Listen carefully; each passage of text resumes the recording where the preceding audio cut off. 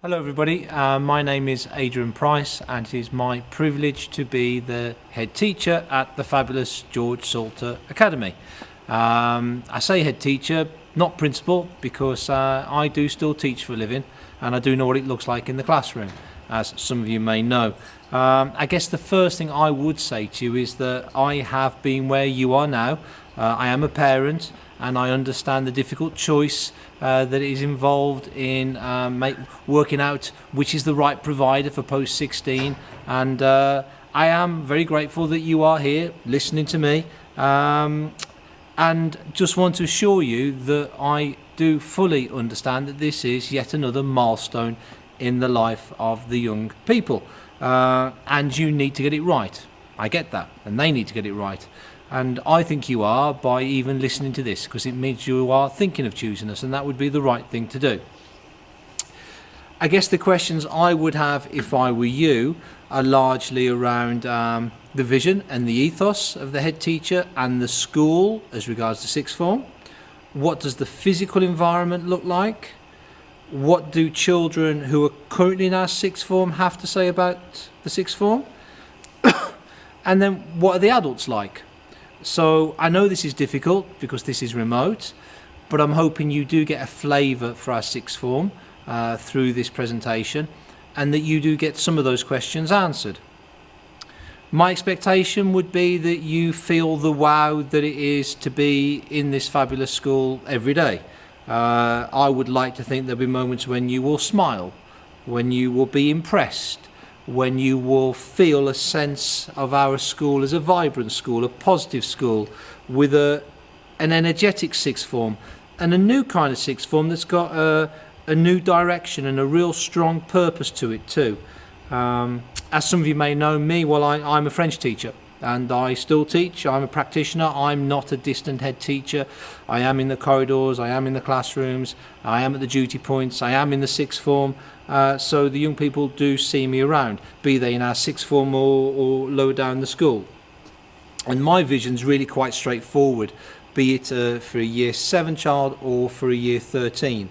Our school has to be somewhere which is safe, somewhere where children are happy, where they enjoy coming, and where they achieve.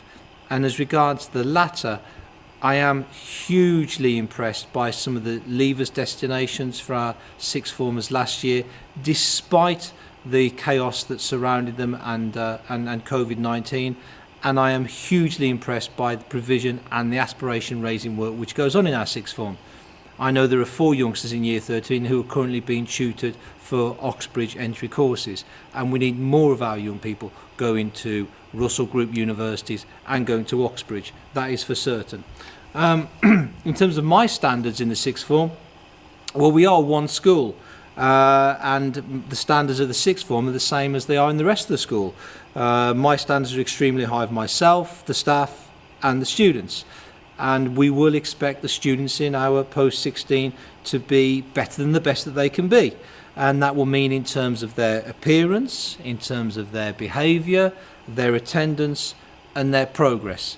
And we will work with you as parents and carers to make sure we get that right. By the way, they do need you now, as I found out personally to my own cost. They do need you around more now than they ever were when they were little. An awful lot of support will go into the next 2 years in making sure that the provision and the attitude and the attendance all leads to that wonderful thing which is outstanding progress and the right kind of destinations when they leave. It sounds a bizarre thing to say because we're living through the COVID pandemic, but we do have a vibrant enrichment offer in our sixth form, and that encompasses things like the student leadership and the school council, and also things like the Duke of Edinburgh, the visits abroad. A couple of years ago I went skiing with the school, and there were many sixth formers on that trip. Some of them may well be listening to this now.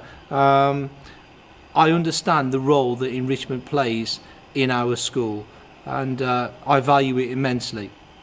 As I've said many times, growing up near here, my first foreign holiday was a school trip to Holland. We have to offer the young people enrichment opportunities for them to go on and to change the world and to be confident about doing that. And we do We do reflect at length about what is right for our young people, particularly in the sixth form, and we do our very, very best to make sure that our decision making has that young person at the centre of everything that we do. In terms of facilities, as you will see, they are superb. We do have a dedicated sixth form block with a common room and an LRC. There are smaller classrooms which are more befitting the provision that we provide for young people, for young adults in a sixth form environment. There is a very definite ethos to our sixth form, which is more adult than in the years 7 to 11, and that's reflected in the physical environment. But what I would say is the facilities mean absolutely nothing at all if we don't have the right staff. And I can assure you that all our teachers who teach in post 16 are subject specialists, and they teach subjects that they are qualified to teach. And they are here every day. And that is hugely important, because we don't want any breaks in provision for the young people when they're in years 12 and year 13. As regards the curriculum, well, these are changing times, aren't they? And young people have had to put up with things like number grades, and then the chaos around COVID and CAGs, and politicians talking about what is a standard pass and what is a strong pass. Our entry requirements are quite clear, and we expect young people to match those entry requirements if they want to join the course, because those courses are rigorous, and we need to know that we have the right calibre of student in our sixth form in order to be able to succeed. But our ethos in terms of the curriculum is that it's broad, it's balanced, it's traditional, and it's academic. In terms of admissions, well, we have high numbers in our sixth form, and it is nice to be popular.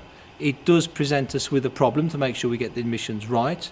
But I really do consider our sixth form to be an outstanding place to learn. And it isn't just for children who've been in our school from year 7 to 11. We obviously want to retain as many of those as we can, but we do understand that we're becoming increasingly popular for children outside of our own years 7 to 11. And that's good, because we need new blood and we need their enthusiasm to move our learning and our provision on. So I'd like to think that regardless of your background, regardless of the school you went to, we would be a really, really good choice for you in post 16.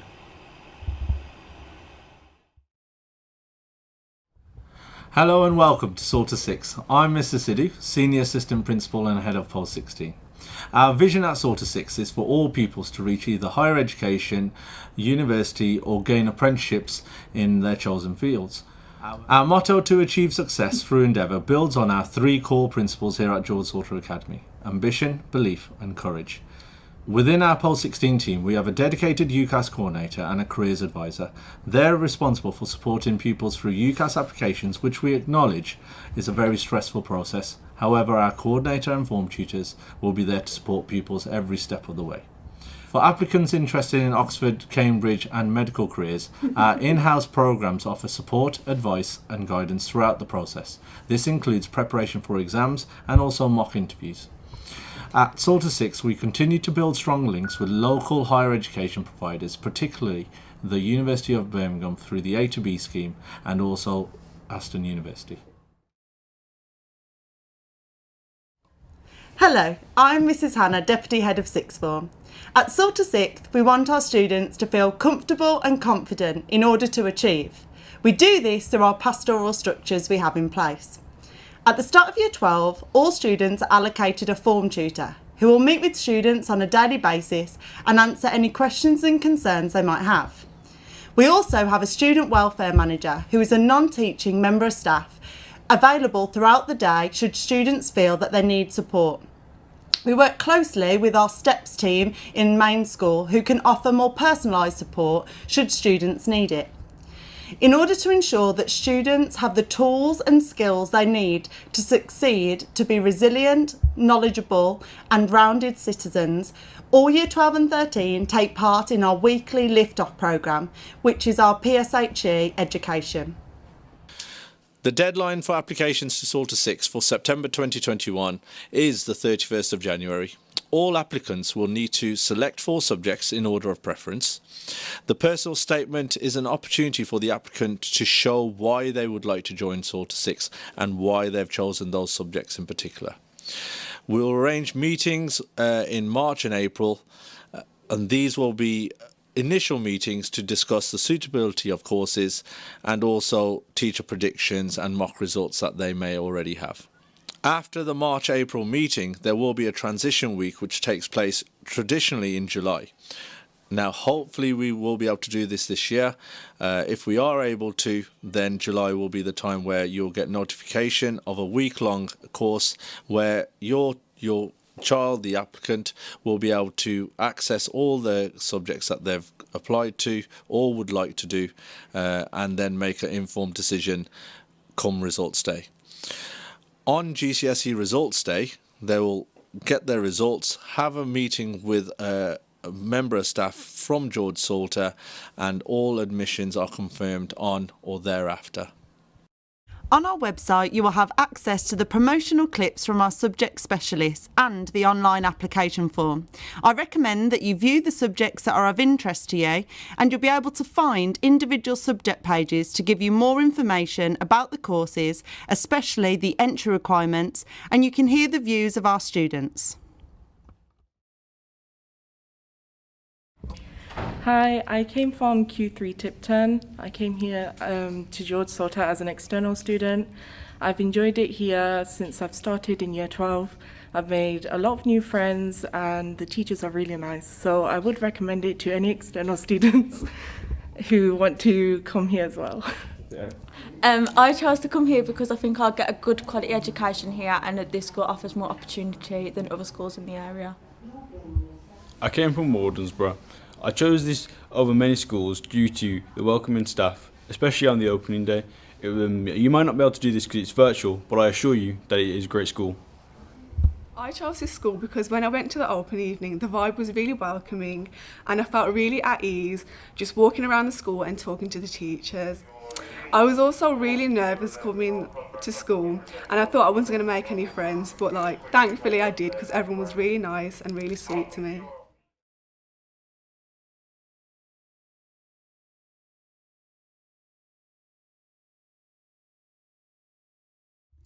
Hi, I'm Mrs. Mandare. I'm here today to introduce A-Level Biology. During the presentation, I will relay the structure of the course, how you will be assessed, and the opportunities that A-Level Biology leads to. So you want to do A-Level Biology, how exciting. I'm going to talk to you about the structure of the course, how it's taught, some of the skills that you'll need to develop as you go through the course. Let's get started. So the course itself is split into 8 units.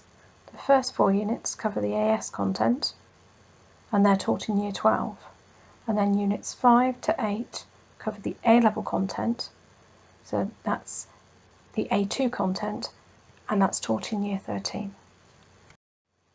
The course is taught in the way that it is, just in case at the end of the first year there are students who choose not to continue onto the second year. Because we have taught all of the AS content, it would be possible for a student to sit an AS biology paper. Obviously that's rare, it's not something we encourage you to see the course through. However, there are occasions when that's not possible, and in those cases it is possible because we'll have taught the content for AS, and you can sit the final exam. So the majority of you, I would hope, would see this course right through to the end, and at the end of 2 years you would sit 3 exam papers. Each of the exam papers lasts 2 hours. Paper 1 covers units 1 to 4, so all of the AS content. Paper 2 covers units 5 to 8, so all of the A2 content. And finally paper 3 covers all of the content, anything from units 1 to 8. There is a underlying practical aspect to all of the papers, so any of the required practicals that you do could be asked about but there is a much more of an underlying theme in terms of practical skills and mathematical and analytical skills in paper 3. Paper 3 is quite a tough paper, but obviously by the time you get there you'll be well prepared. So how is this actually taught? Well, there are 2 biology teachers that you will have over a total of 6 periods a week. It'll be a 2-4 split, so you'll have a lead teacher who you'll see 4 times a week, and you'll have a second teacher who you'll see twice a week. There is no way that in 6 periods a week that we are going to be able to prepare you fully for the exams at the end of 2 years. You are expected to spend as much time outside of the lessons each week on homework and independent study. That's a minimum requirement. I promise you, in order to achieve the higher grades, you're going to need to spend an awful lot more time than that. And it does help if you are organised. I've had students who have used their pockets as filing systems. That's clearly not the way to go. You have to be organised. Your file must be kept in order, and obviously the files will be checked. All notes, both class and independent notes, assessments, all of the independent study evidence, everything needs to be kept in order and will be checked. Right, this is an important point because students choose biology as a science that they think has less mathematical content, and if you struggle with maths, do not be under the misconception that you'll be okay with biology. There is a lot of maths in biology. 10% of your marks in your exams require use of mathematical skills, and this is where a lot of A-level biology students come undone. You do need to know stuff. I've included some of the equations that you need to learn at the end of 2 years. I'm not asking you to learn them now, but it gives you an idea of some of the maths that you will be expected to use. This maths is stuff that you already know. All of this has been covered in the higher paper at GCSE. So if you coped well with GCSE maths at the higher end, you'll be absolutely fine. You cannot afford to forget those skills, but you'll be absolutely fine. So this kind of gives you an idea of the level of maths that is expected in A-level biology. So those are the equations that you're expected to learn and be able to use at the end of 2 years. There are also equations that you will not be expected to memorise, but you will be expected to be able to use in the exam. And that gives you an idea of the level of maths in A-level biology. There are also practical sessions. Just like in GCSE, there are required practicals in all of the A-level sciences, 12 in all, so 6 in year 1 and 6 in year 2. Unlike GCSE, these are actually subject to inspection by AQA. So every 2 years we get an inspector that comes in. So for you guys in the current cycle, the inspector will come in when you're in year 13 and they will look at your books and they will look at your competencies and the records that we've kept. And as long as we pass the inspection, you get a pass grade for your practical science. That's something I've forgotten to mention. The practical aspect at A-level is a separate pass or fail mark. It doesn't contribute to your final grade. Your final grade is all based on the outcome of those 3 exams. That's it. And then on the side of that sits a separate grade, pass or fail, for practicals.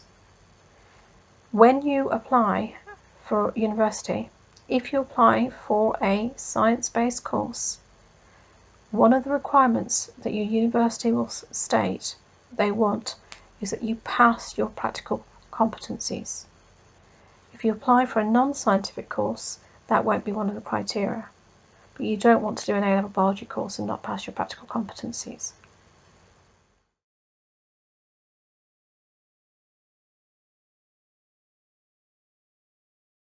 Hello and welcome.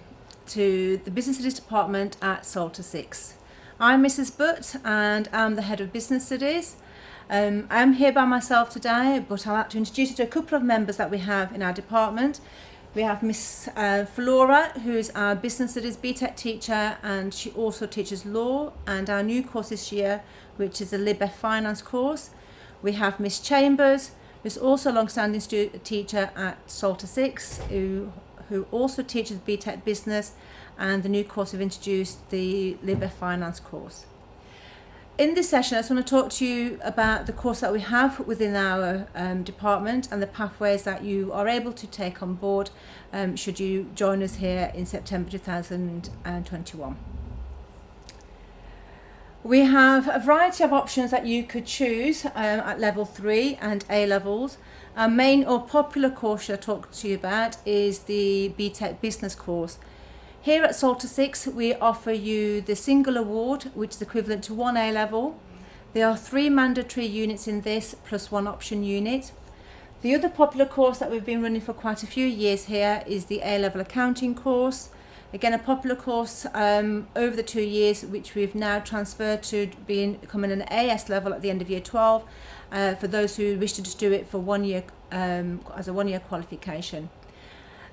A particular course that we have introduced this year is the London Institute of Banking and Finance course, Certificate in Financial Studies, and this is our popular enrichment course that gives you an understanding of the financial awareness for personal planning and future security. So just to give you a little bit of information, this one we are hoping to introduce the A-level Business Studies course in September coming 2021. This has been as a result of lots of interest from our current students, and we are hoping that this will run alongside our current BTEC course, where students can have a more academic route to post-18 options when they leave Salter 6. So our popular course that will hopefully come out of this is the fact that these are topics areas that you'll be able to study.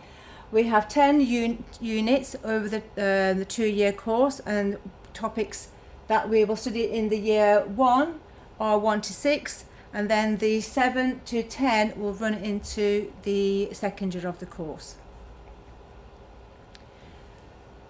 A-level accounting, as I said, has become a very popular course over the last 4 to 5 years, with many students opting for this as a path route to accounting and finance. It is a challenging course. We do expect students to come in with a minimum level grade of 5. At maths, that will just about help you to get through the 2 years, but ideally we are looking for a level 6 to embark on this challenging course. And the reason why we ask for level 6 is because there's quite a lot of maths involved, but equally there's lengthy or extended writing involved in the essay questions in both exam papers that take place at the end of year 13. Again, there's lots of topics, 18 topics overall over the 2 years. Topic 1 to 10 is studied in year 1 or year 12, and then that follows through from 11 to 18 in year 2. Both ranges of topics, or should I say both years of papers of study, contribute to the final papers. So it's difficult to do paper 1 at the end of year 12 and then go on to paper 2. So as you know, these papers are linear, so they will both take place at the end of year 13. But we do run it as an AS as we started this year, so topics 1 to 10 contribute to the AS level of qualification. The single award in our BTEC, very popular since its introduction in 2016. This allows students to study business through a more applied vocational route, where there are 3 mandatory units. Unit 1 that explores business, that is an internal assessment. We have Unit 2, which is developing a marketing campaign.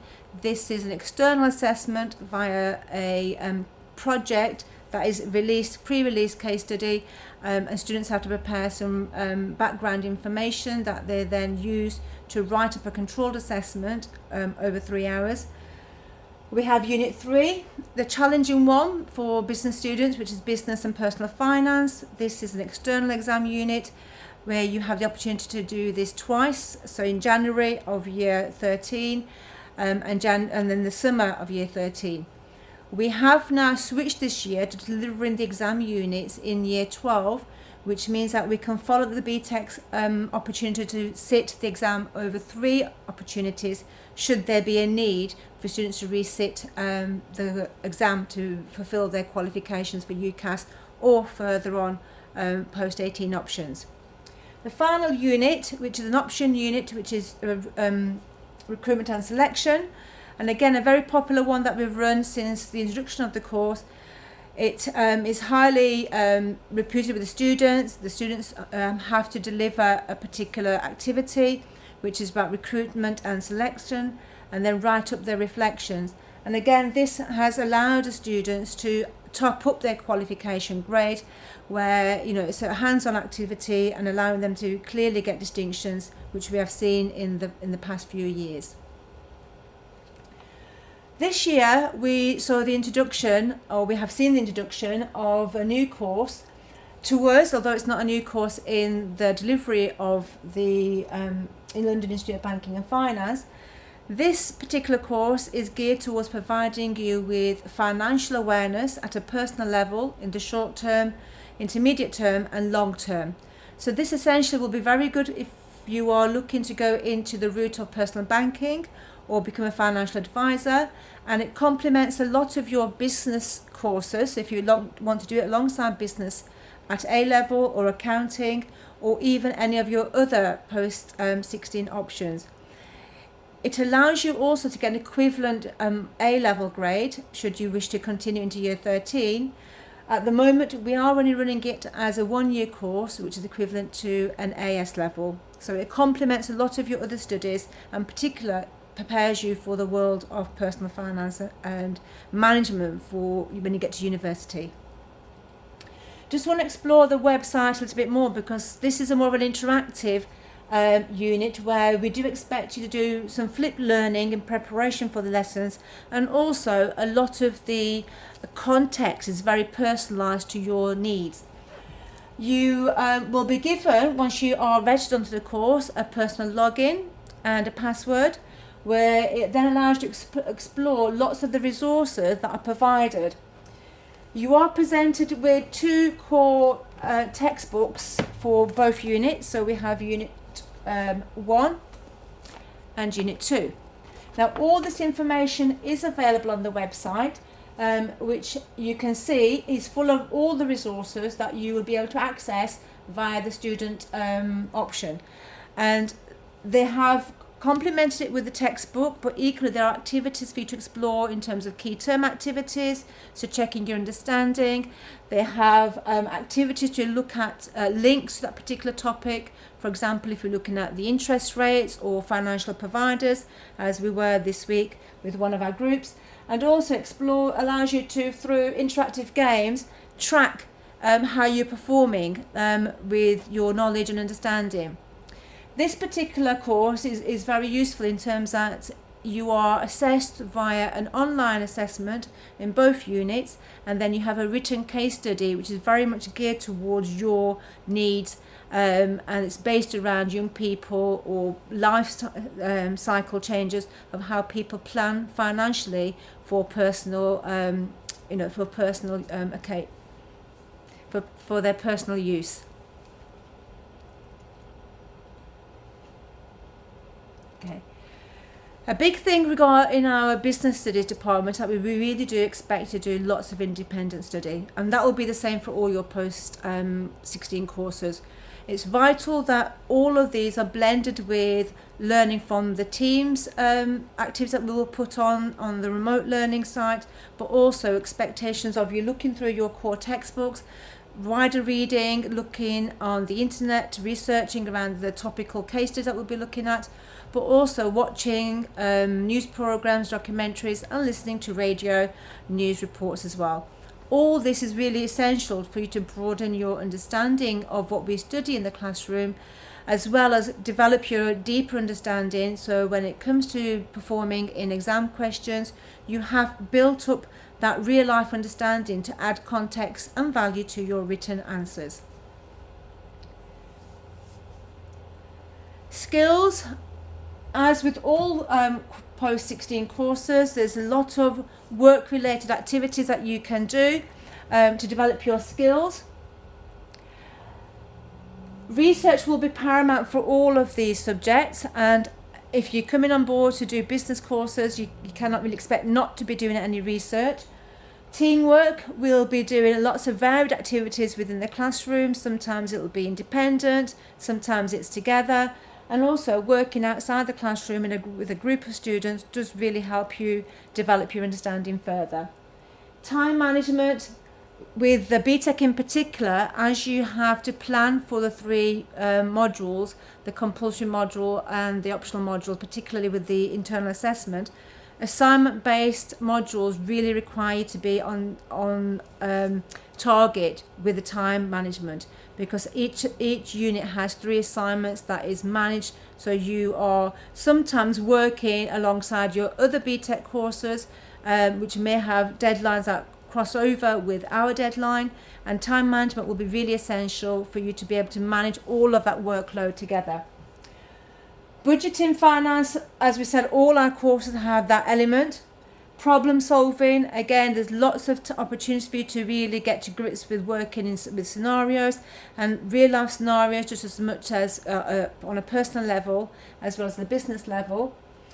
Developing in your knowledge of marketing and recruitment, and also a big thing in terms of soft skills for employability is interpersonal skills and the ability to communicate. So all of our courses allow you to have opportunity to develop those and embed those further as you progress through the 2 years.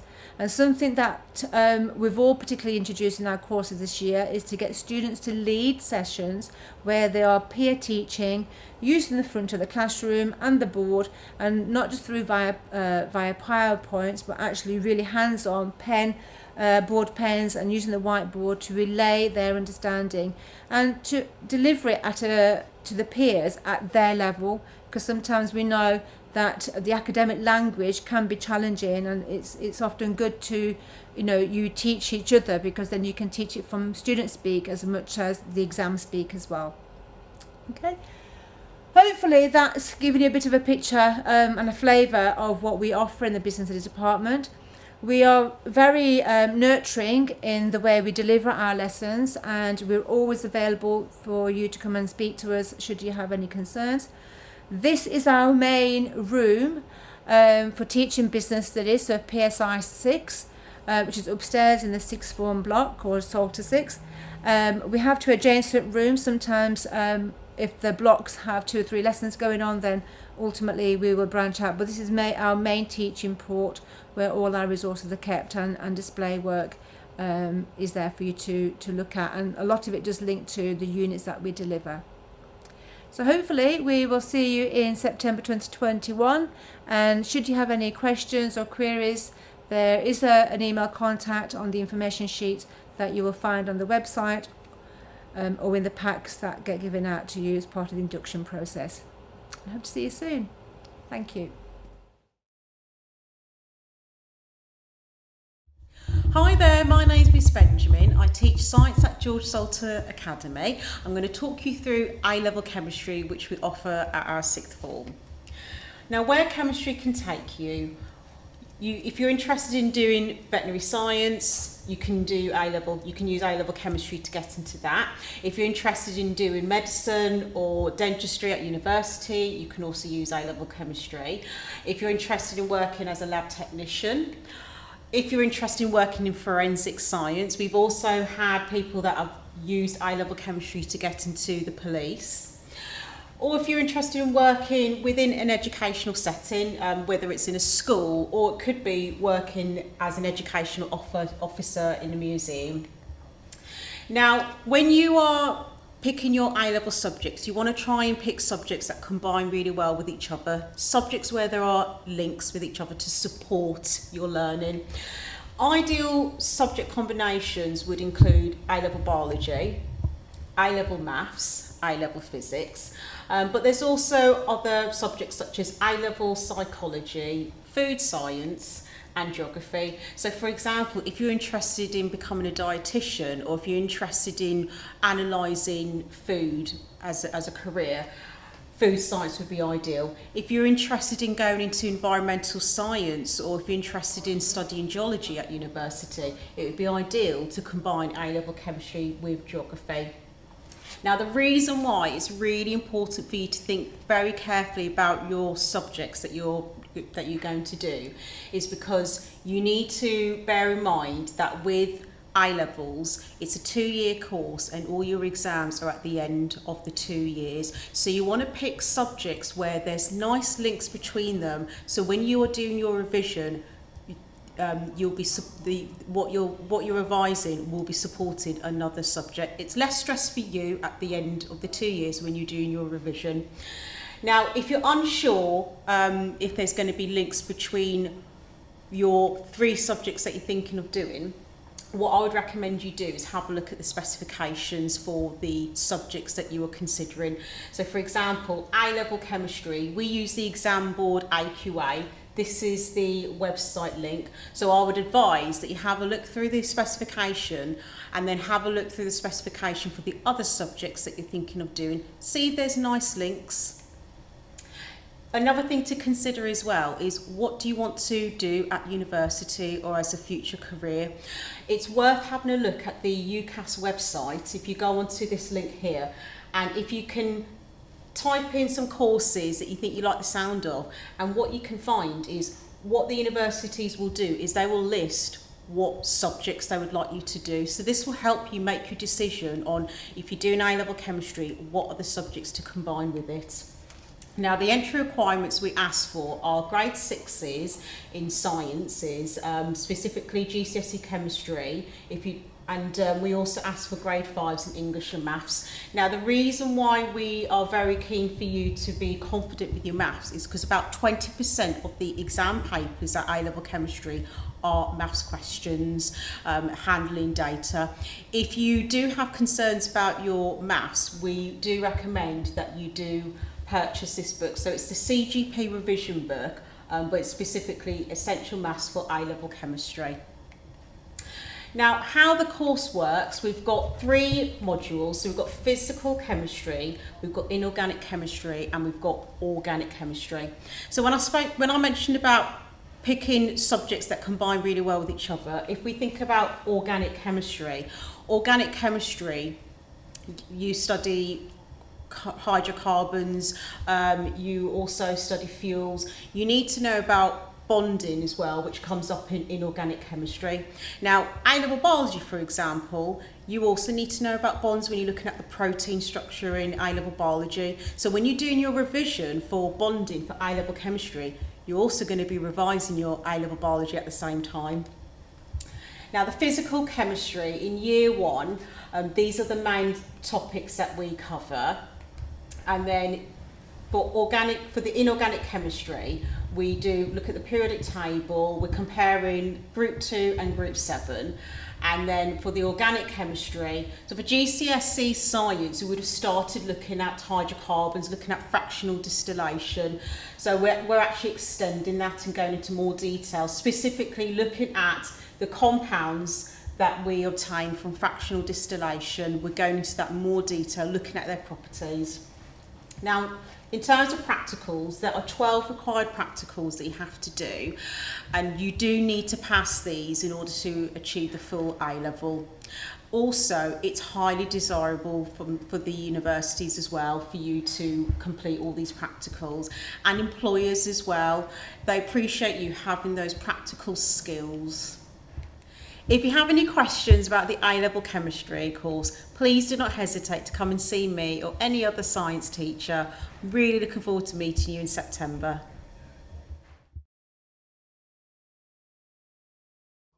Hello and welcome to the dance department here at George Salter Academy. My name's Miss Ashmore and I'm going to be taking you through the 2 different routes that you can take here at George Salter Academy at Salter 6.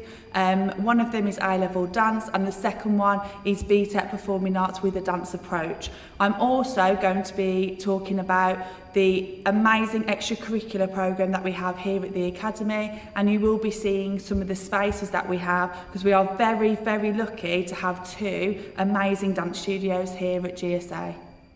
At George Soldier Academy, we offer two different progression routes in studying dance. The first one is A-level dance.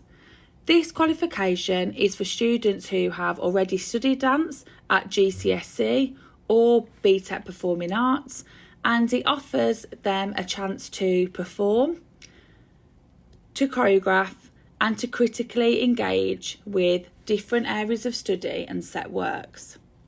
The performance aspect of the qualification asks students to create and perform a solo performance and to perform in a quartet.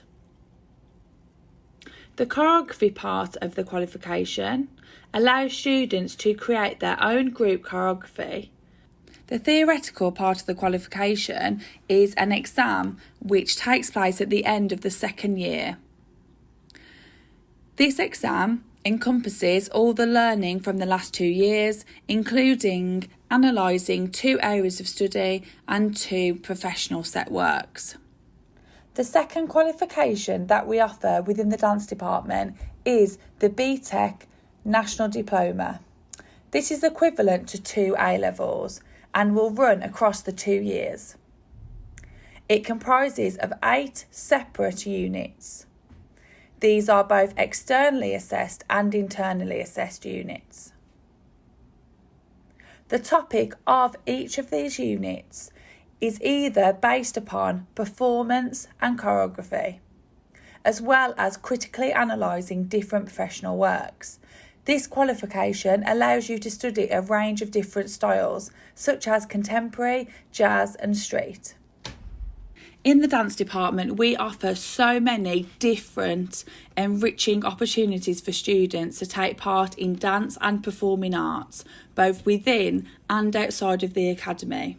The dance department strives to give you as many different opportunities as we can within the 2 years that you would be with us at Salter Sixth. We want to challenge you, we want to support you, and we want you to reach your potential. Hi, we are year 13. We are studying BTEC dance and SAR level 3, and these are the reasons why you should do dance. So I've been dancing at GSA since I was in year 7 and I absolutely love it. The dance department are amazing, they're so supportive and they always push us, and they offer so many opportunities to go and perform in professional theatres and perform alongside amazing companies. As well as Megan, I've been doing it since year 7 and it's fantastic to do dance at GSA, especially because you can go and watch performances but also you can take part in your own in-school productions. There are other opportunities as well, such as chicane and charge, if you'd like to get involved. Okay, thank you for listening, and hopefully I will see you in September. So I sit there and I'm holding his hand and I'm saying, Albert, just stop, do it for me, do it for Bruce and Albert, just stop.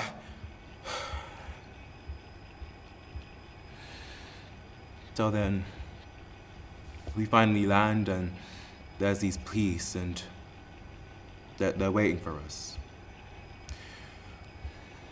They're all in protective rubber clothing and they look like astronauts. Welcome to the drama department at George Solter Academy. This department has a reputation for creating well-rounded, creative and intuitive young people who have undertaken various drama pathways within the academy and gone on to achieve amazing things. Many of our Alumni drama students have moved on to reputable universities and drama schools to pursue a career within drama. Within this part of your post-16 remote experience this evening, you are going to hear from a range of students who are currently at the academy studying either A-level drama or BTEC Performing Arts. They will give you an insight into what you can expect to study within your 2 years at the academy. You will also hear and see some examples of the work that has been created by our young people as part of their A-level drama experience. I hope you enjoy hearing from our young people this evening, and I'm sure you'll choose drama within the academy in order for you to flourish within your time at Post-16 GSA. Hi, we are year 13 and we are studying A-level drama and theatre. I shall be talking to you about component 1, in which you get to explore different practitioners and their scripts and their methods, and then you get to apply this to your own work, in which you create a devised piece with your group. And with this component, you also have to make a portfolio, and this just collates all your ideas and everything that you've done with your group. Component 2. It's scripted performances, so you do a monologue or a duologue and a group piece with your friends. Your teacher will help you pick what scripts they think best suit you, but you also have your own choice as well. And then we've got component 3, the written exam, where you get the opportunity to become a director, designer on the text of Wojciech and that face. You also get to evaluate a live theatre performance.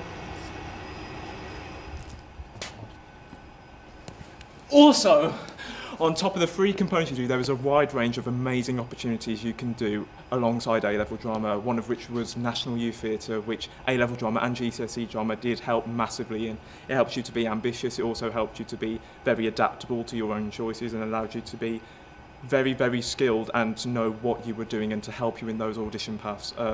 We've also been doing a wide range of opportunities with Monobox, a divisive workshop, and that really did allow you to devise your characters. And alongside this, you will have another huge amount of wide-ranging opportunities that will really help you and help you grow as an actor.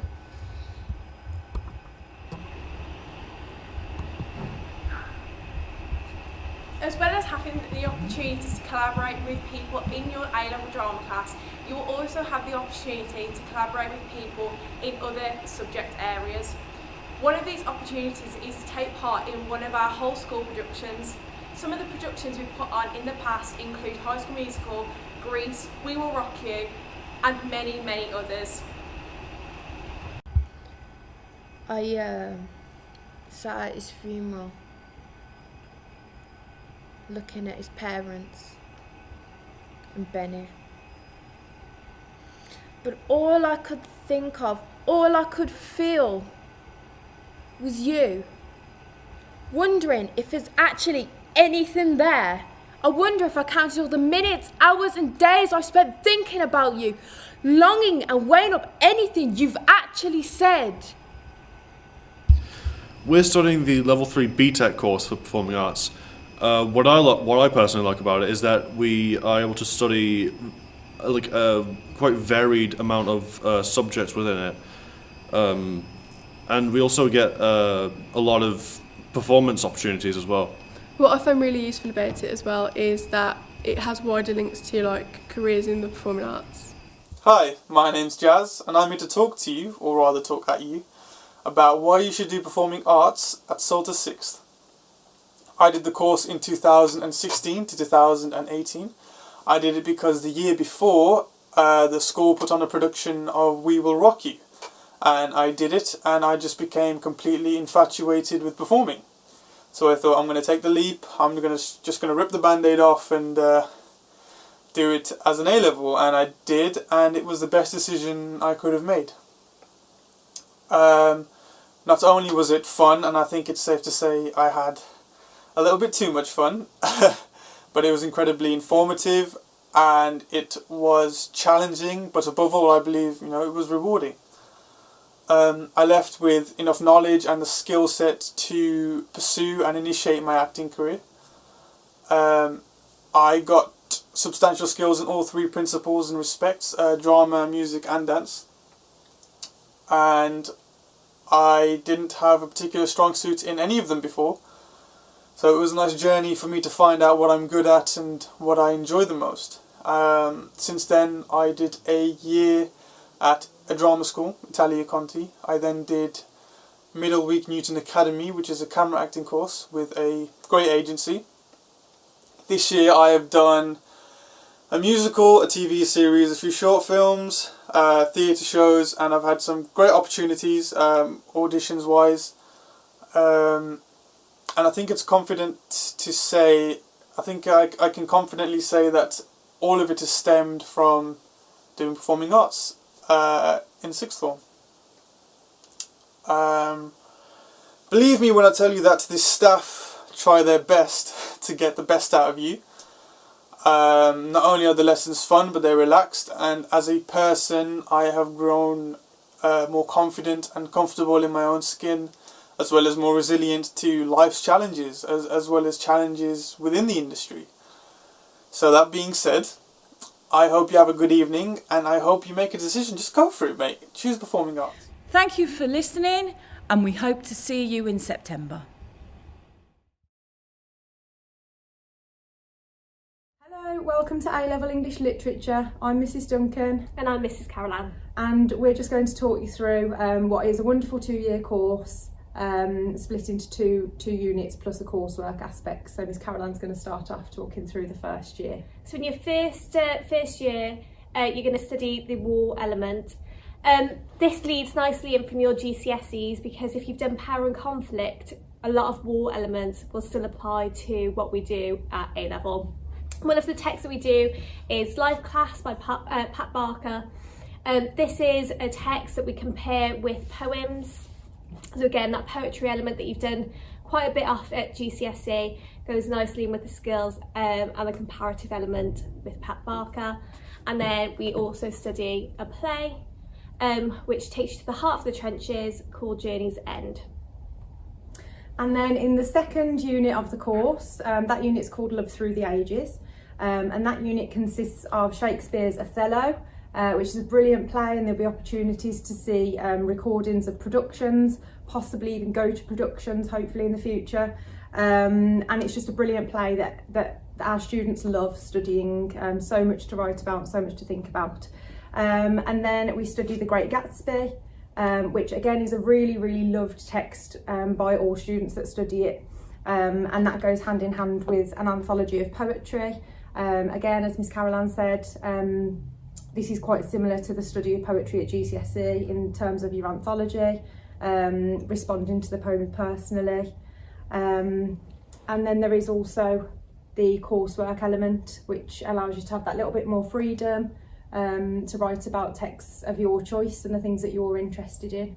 So you'll end up doing 2 exam papers, one that covers the love aspect and one that covers the war aspect, both weighting at 40%, and then the coursework element weighing 20%. We really recommend English literature as a really well respected course by universities. It's a really good foundation for lots of different career pathways. Lots of people think that English just leads to teaching, as we've gone into, but there's lots of other opportunities.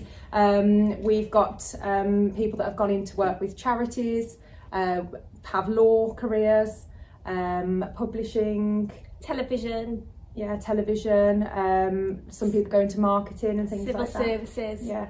It's just a course that gives you great transferable skills as well, critical thinking and writing and communicating your ideas fluently, and really analysing things, skills that can transfer to lots of different career paths. And I think that's why universities really respect the A-level course. It really sets you up for the commentaries that you're expected to do at university, as well as the wider reading aspects, the independent aspects that you're expected to do at university. You need to get used to reading widely around things, and I think this is a great basis for starting to read within school and what you do at home. If you'd like any further information, feel free to get in touch with either of us or Mrs Ford, the Key Stage 5 coordinator. Thank you.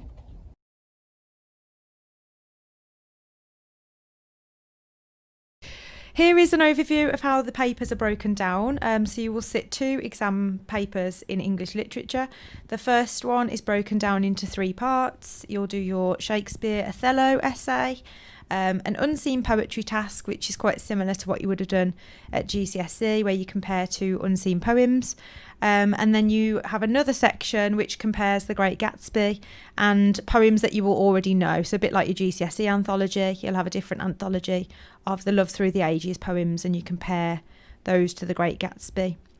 And then the paper 2, that is focused on the World War I and its aftermath topic.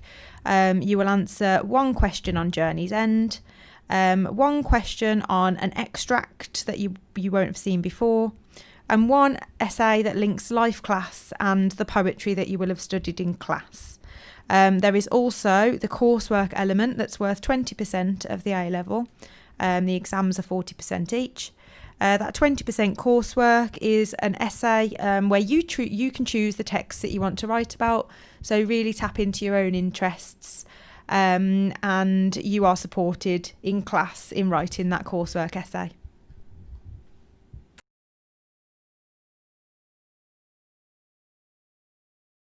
Hey everyone at George Salter Academy, my name's Rob Watts and I studied English at A-level. I chose it because I thought it would be fun. I loved getting lost in stories, different characters, different worlds, and ultimately I thought it would be a really good foundation for whatever I wanted to do beyond school. Turns out that was English at university, and beyond that, television as a career. I've worked on things like Pointless and Tipping Point, Countryfile, Bargain Hunt, music documentaries, Eat Well for Less, all sorts. And without English as a basis, I don't think I would be where I am today. I certainly wouldn't have been able to write the same kinds of scripts, research notes, proposals, questions. A-level English just set me up for a career that I have absolutely loved and will continue to do for as long as I can. Hi everyone at George Salter Academy. My name's Abby and I'm the Policy and Public Affairs Manager at the children's charity, the NSPCC. Doing an A-level in English really helped me get a job in the charity sector. It helped me develop a whole range of skills which I still use every single day. So my job in Policy and Public Affairs basically involves trying to influence what the government does. I work for the NSPCC and everything we do at the charity is to try and keep children safe from harm. Government's got a really key role to play in that because they make all of the laws that we live by. So my job is basically to advise them and persuade them to put children first. So how does having an English A-level help with that? Well, to be honest, it's been essential. Studying English teaches you to analyse different forms of information, to read out the messages that are really important, and to use that to make an argument. That's literally what I do. I think studying English is more important than ever. It will build the confidence you have in your own judgment, and it will make you question the world around you. Hi, Year 11 at George Salter Academy. My name is Danny Palmer, and I'm a commercial lawyer living and working in London. My English A-level was really helpful for reading law at university, and even more so in my job now. Universities value traditional subjects such as maths, sciences, and English really highly. Those subjects, especially English, are a great foundation for pretty much every degree and every career. Whilst I'm a lawyer, I have friends who've gone on to careers in government, investment banking, media, and there are plenty in the legal industry too, all having studied English at A-level or to degree level. Law degrees, the same as an English A-level, involve a lot of analysing articles, absorbing a lot of information, and most importantly, a lot of critical thinking. Hi there to the students at George Salter. Just wanted to say hello. My name is Karen and I work as a communications manager for Norfolk Fire and Rescue Service. When I was thinking about what career to do, I did A-level English, literature and language. So one of the reasons that I did that was because I wanted to get into journalism, and that was a really important qualification for me to help towards getting my journalism qualifications. They wouldn't have accepted me on the course without that A-level English. So I did that. I did a journalism course. I worked for the Express and Star for quite a while, moved to Norfolk and crossed over into PR and communications. And now I head up the communications service for Norfolk Fire and Rescue Service. So that's dealing with everything from emergency media relations work at incidents, and to plan sort of campaigns and things that we want to do to get the public safety messages out there to the public. So yeah, it all started with A-level English. Hi guys, my name is Miss M and I am the Year 12 Coordinator for EPQ, which stands for Extended Project Qualification. When you come to sixth form, you will obviously choose your A-levels, but alongside those you might do finance or EPQ. So I'm just going to try to persuade you to do EPQ. I'm just going to go through the presentation of what you can talk about, what it is, how it works, and then you're going to hear from some of our students who are currently in Year 12 and currently in Year 13. So this is what universities have to say about EPQ, and as you can see, it's very prestigious universities, from University of Bristol to University of Cambridge. And as you can see, that some universities, it is a preference to do EPQ over other qualifications. University of Southampton will even decrease the entry requirements for your course from AAB to ABB. This is very similar to the University of Manchester, which is what they are looking for. Now, University of Oxford says that it's very preferable that you do have it. So everyone loves it, but what is it? So Extended Project Qualification, this is just an overview of it. You can do a 5,000 word essay as well as a production log and presentation about any topic that you want, or you can do an artifact, which could be a dance piece or a music piece along with a 1,000-word essay. So that could be a performance or an artwork, community project, anything that you can choose. So how does it work? You choose a topic and a title, you complete a production log documenting your project process. Now we want to see the good and the bad because that is a project. It's not just a 5,000-word essay, it is a project. Then you have to plan, research and carry out your project and then prepare a presentation at the end to your supervisor. So these are just some of the past titles which you might find interesting. So last year we had, why does social media negatively impact on the psychological well-being of young people in regards to body image? Why is social media causing crime amongst youths in the UK and US? Does extraterrestrial life exist? And how does child abuse affect a person's mind later in life? Now, we will teach you everything that you need to produce 5,000 words and the presentation, as well as the production log and what goes into it.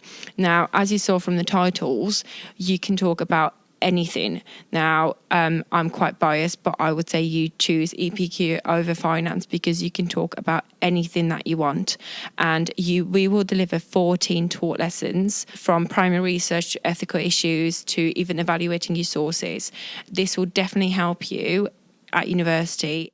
When you get put into your EPQ groups, you will have a supervisor, and this year we have Mrs. Aziz, Mrs. Rukar and Miss Whitworth, who will deliver 14 taught lessons, and that will be, that will definitely help you with your EPQ because we will cover topics such as primary research, ethical issues, evaluating your sources, and they will be the first point of call. Now, when it comes to marking your essay, it will come to me and Mrs. Shaw, who are the coordinators. You can talk about, as you saw from Daz, you can talk about anything that you want. So this is how you will be assessed. 20% will be AO1, which is, you have to identify what you want to talk about. AO2, which is another 20%, is use your sources. Are you just using Wikipedia or using different sources? AO3 is the actual 5,000 words. How have you developed and realised your project? And the last one is just a review, which kind of goes into the presentation. So when you think about it, EPQ is an amazing thing to choose because it will, increase your chance of getting into university. It will help you with your other subjects such as psychology, biology, philosophy, sociology, because you will have an extended piece of writing. It will definitely help you at university with your referencing, and it is an amazing qualification to choose. Hi, we're Year 13 students who study EPQ. My essay is surrounding conflicts in sport and with a focus on sexism, money and racism. I chose EPQ because I want to go to university, and I think that EPQ would help me get better in researching and essay writing and referencing that I'm going to need for dissertations. My EPQ is on has the NHS declined under the Conservative government from 2010 till now, and this will help me in my future career with the NHS and a career in politics that I will want to take later on.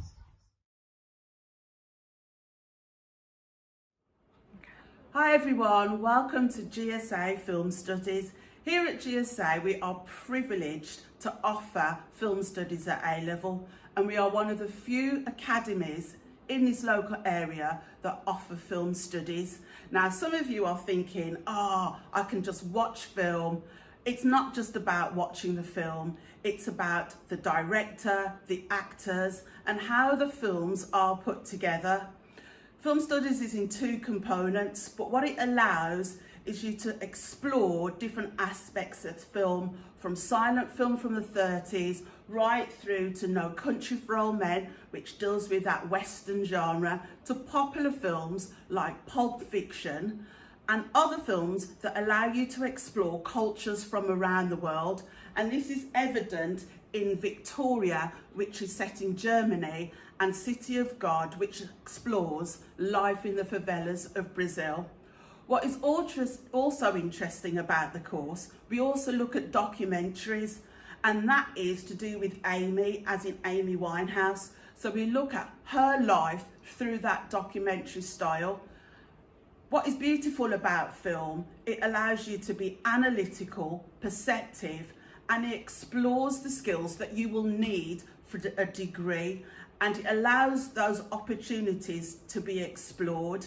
You have to write an essay, you have to sit an exam, you have to sit 2 exams, but there is also a coursework element.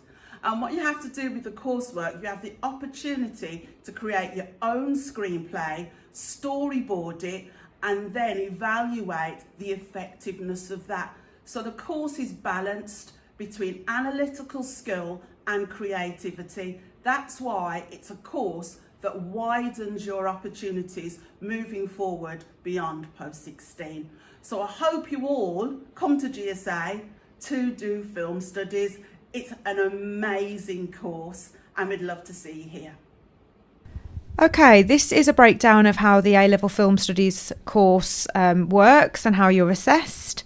The course is assessed over 2 exams. They are 2.5 hours each and worth 35% of the course each.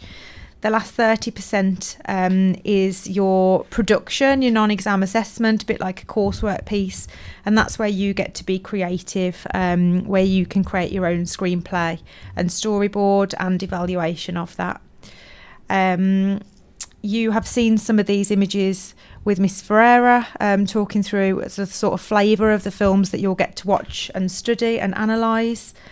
And then you can see the 2 components here for the exam elements and the films that we have selected for you to study for each section.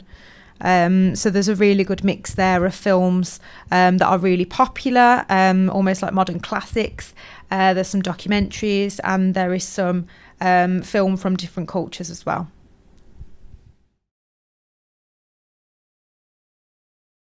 Hi guys, Mr. Hayes here, Head of Food at George Salter. I'm just here today to talk you through the A-Level WJC Food Science and Nutrition Diploma course. So I'll hand over to Virtual Me to talk you through the course. Hello and welcome to an overview of the Level 3 Food Science and Nutrition course. I'm going to just talk you through the units that you'd be expected to complete over the 2 years. Unit 1, meeting the needs of specific groups, is a coursework assessment and a 90-minute exam. Unit 2, ensuring food is safe to eat, that is an 8-hour exam. It's like a mini piece of coursework under exam conditions. And Unit 3, experimenting to solve food production problems, that is another piece of coursework. Unit 1 we tend to do in Year 12, and then in Year 13, Unit 2 and Unit 3. So Unit 1, meeting the needs of specific groups, this is the coursework part of it, and you will be given a brief, so you can choose from option A, B or C, and they all are quite similar in that you have to design and make a 3-course meal focused around your target group. So it could be people that are health conscious, children or students at university. You've got to do a lot of research into what they should be eating, why they should be eating it, how their lifestyle might affect their food choices, and design a suitable meal. So this one is very much nutrition based. And then the exam section of Unit 1 is split into 3. You've got your Section A, which is just basic knowledge recall, questions about functions of nutrients, functions of vitamins, food poisoning, health and safety. Then you've got some longer questions in Section B, focused around the food production methods, fortification, the chemistry of different nutrients. And then section C is worth over half marks of the whole paper, and it's a case study that you can see in the bottom right hand corner. So you'll get given a profile of someone that's got a certain medical condition. In this case, it's anemia, and an example of their daily diet, and you've got to analyse what's happening with them, suggest a new diet, justify it, and write a little analysis. So that's Unit 1, that's what you do in Year 12. So Unit 2, you'll be looking at in Year 13, and this is ensuring food is safe to eat. So this whole unit is based around food safety. So you look at hazards and risks, storage guidance, preparation, cooking of food, how to do it safely, and how to minimise the risks. You also look at certain legislation. And for the exam, you get given a scenario that you have to respond to. So this one is about a burger stall at a large music event, and to support them you've got to design a food safety resource to be used as part of their staff training, and a food safety risk assessment for them to follow. Now, like I said, that is assessed in an 8-hour exam. You are allowed to take in notes, so any class notes that you've got you're allowed to take in, but it is quite a strict timed assessment. So that's Unit 2. And then the last one is Unit 3, experimenting to solve food production problems. And the aim of this one is to look at the properties of food and how they work together. So you'll basically be given another scenario. So it might be about festive buns, quiches or ice cream, and they've got some sort of issue with them. So if we look at the quiche one, for example, it says the pastry is soggy, it's got a rubbery texture, and the quiche has got poor flavour. So you'll have to carry out lots of investigations, science experiments as to why that might be happening. Why is the pastry soggy? Why is there a rubbery texture? So really break down the product, decide why that's happening, experiment to find out how you can sort the problem out, and then make suggestions to the company for a new recipe with justification linked back to your original findings. So those are the 3 units that you'll be doing. Some of the briefs do change year on year, so we can never be exactly sure what they are. So it might not be the examples I've given you today, but it'll be very, very similar. And that's it. That's the course in a nutshell. But if you've got any more questions, then please get in touch. Thank you.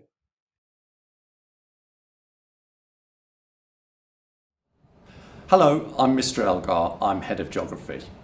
In a short while, we're going to get 2 Year 13s who are doing really well in geography and are going to go on and study it at university to talk to you about why they're doing the course and where they hope it leads them. But I just wanted to introduce you to some of the reasons why you, as an individual, might want to do geography. First of all, if we think about the careers up here, there's a huge range from conservation, town planning, all the way through to working in business, working in the law. But if you think about what's happening right now, there are loads of careers that are going to be linked to geography that are going to be required. So for instance, the whole thing about immunisation and planning where to immunise people is going to be the role of geographers. When you think about the issue of a lot of businesses failing in town centres and people having to restart businesses and regenerate certain areas of towns, that's going to be geography. When you think about climate change, all of the stuff that's happening with certain areas of the country experiencing real problems with the weather, geographers are going to be the ones who plan so that there is a sustainable future for them. So there are major careers in all of those things, as well as the whole travel and tourism industry, which is going to start really going again next year when we get through the worst of this crisis.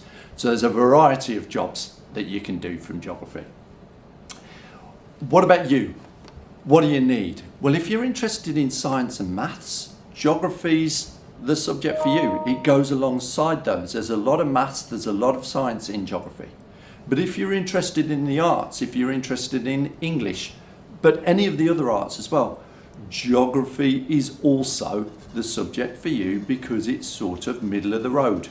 So there's a place for all of you. And it develops all of those skills that are outlined there on the PowerPoint. If we just go to the next slide. What about you? Why should you do geography? Well, one of the things I'd say to you is, have you spent 5 years on the journey to becoming an excellent geographer? I am really impressed by Year 11 this year. And I'm not just talking about Nathan, Maisha, Monique, Marici. Yes, I'm talking to you. I'm not just talking about the very top end, who we are hopeful that they're going to get 9s. I'm talking to others of you who've made massive progress in the last few months because you're working really well. I'm talking about Veronica. I'm talking about Dilpreet. I'm talking about Ramon, Daniel, Grace. All of you making huge progress, and there's more I can mention. So you're on your journey to becoming an excellent geographer, and that is the next stage. So you've got those essential skills, knowing how to use case studies, interpret photographs and graphs, how to read maps. You know the difference between social, economic and environmental. What is required to describe in a question or explain. To what extent do you understand? To what extent? Have you progressed throughout those 5 years? Well, those people I've just named have moved forward one heck of a lot, and it's a staging post GCSE. When you go on to A level or you do travel, then that's the next stage, and we'd like to make that journey with you. And finally, and this is important because a lot of you will be making some really important life choices in the next few months. Do you like your geography teachers? More importantly, do you know your geography teachers are going to do everything in their power to improve your grades? And that will go for any teacher at George Salter. You know they will go the extra mile and get you the grades. So we've been with you throughout the last few years, and we want to push that journey still further onto A level. Let me talk briefly about the entrance qualifications. To get onto geography A level, you need a 5 in geography, a level 5. That will be a lot of you. To get onto travel, you need a 4. Now, travel is like A level geography. It's very similar, except it is more vocational.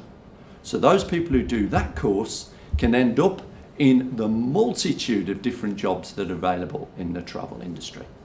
I've talked for too long. That's because I really want a lot of you to come and do geography here at George Salter. I'm now going to pass on to Elizabeth and Shantae. Thank you.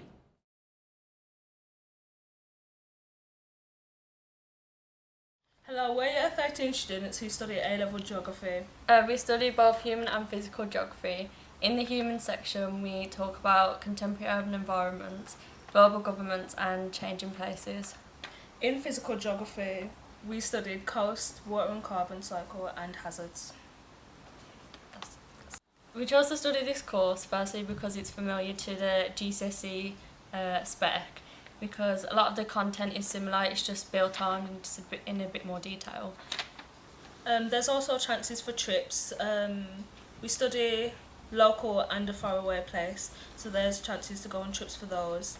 And there's also a residential that you get to go on, where you study and get to collect your own data, and that's 20%, which is coursework. In A-level you might meet new people, so it gives you a chance to bond in the group. And you get to have a better understanding because you can physically see the processes that's happening, such as like the residential was at a coastline, so we got to see the processes that were occurring and measure the data ourselves, which gave us a better understanding. If you choose to study geography, you can gain access to a lot of careers such as a cartographer, environmental consultant, a meteorologist or a seismologist, study earthquakes.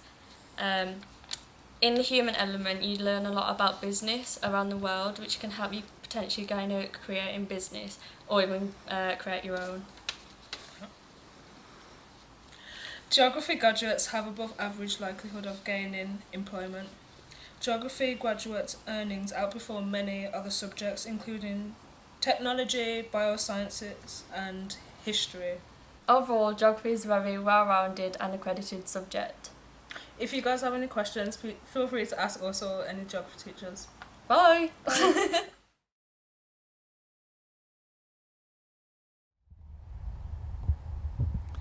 Hello and welcome to George Salter Academy Post-16 Centre. My name is Mrs Wall and I'm here to tell you about the Care Department. The Care Department incorporates two areas, that being child development and health and social care. In health and social care you have the opportunity to study the National Extender Certificate, BTEC, which is the equivalent of one A-level. To study this, or during your studies, you'll do 2 exam units, which you'll look at the human lifespan development, and you'll also look at working in health and social care sector. You then also complete 2 coursework units, one looking at supporting individual needs and the second one looking at physiological disorders. It's not necessary that you have to do a work experience placement for this piece of coursework. However, we do encourage students to use their time during post-16 hours to try and get involved in some work experience placement to further your studies and improve your experiences and your knowledge and understanding of the health and social care sector. The second unit we do, or the second subject we study, is childcare. We look at children's play, learning and development, and this is also a BTEC Extended Certificate worth 1 A-level. For that, again, you do 2 exam units. One is an exam unit looking at how children develop. The second one is a synoptic exam where you prepare for it beforehand and then you base your responses on a given set task. You also do 2 units of coursework. The 2 units of coursework are based around how children play and how they learn and develop through playing, which is a lovely unit of coursework. The second unit of coursework is about how we keep children safe in early years foundation settings. For the childcare qualification, it is a requirement that you complete 50 hours of placement in an early years setting, and the school will support you with completing those units, hopefully, if the system remains the same, during school hours. Okay, so that concludes the information regarding the Care Department and the 2 areas that you can study in post-16.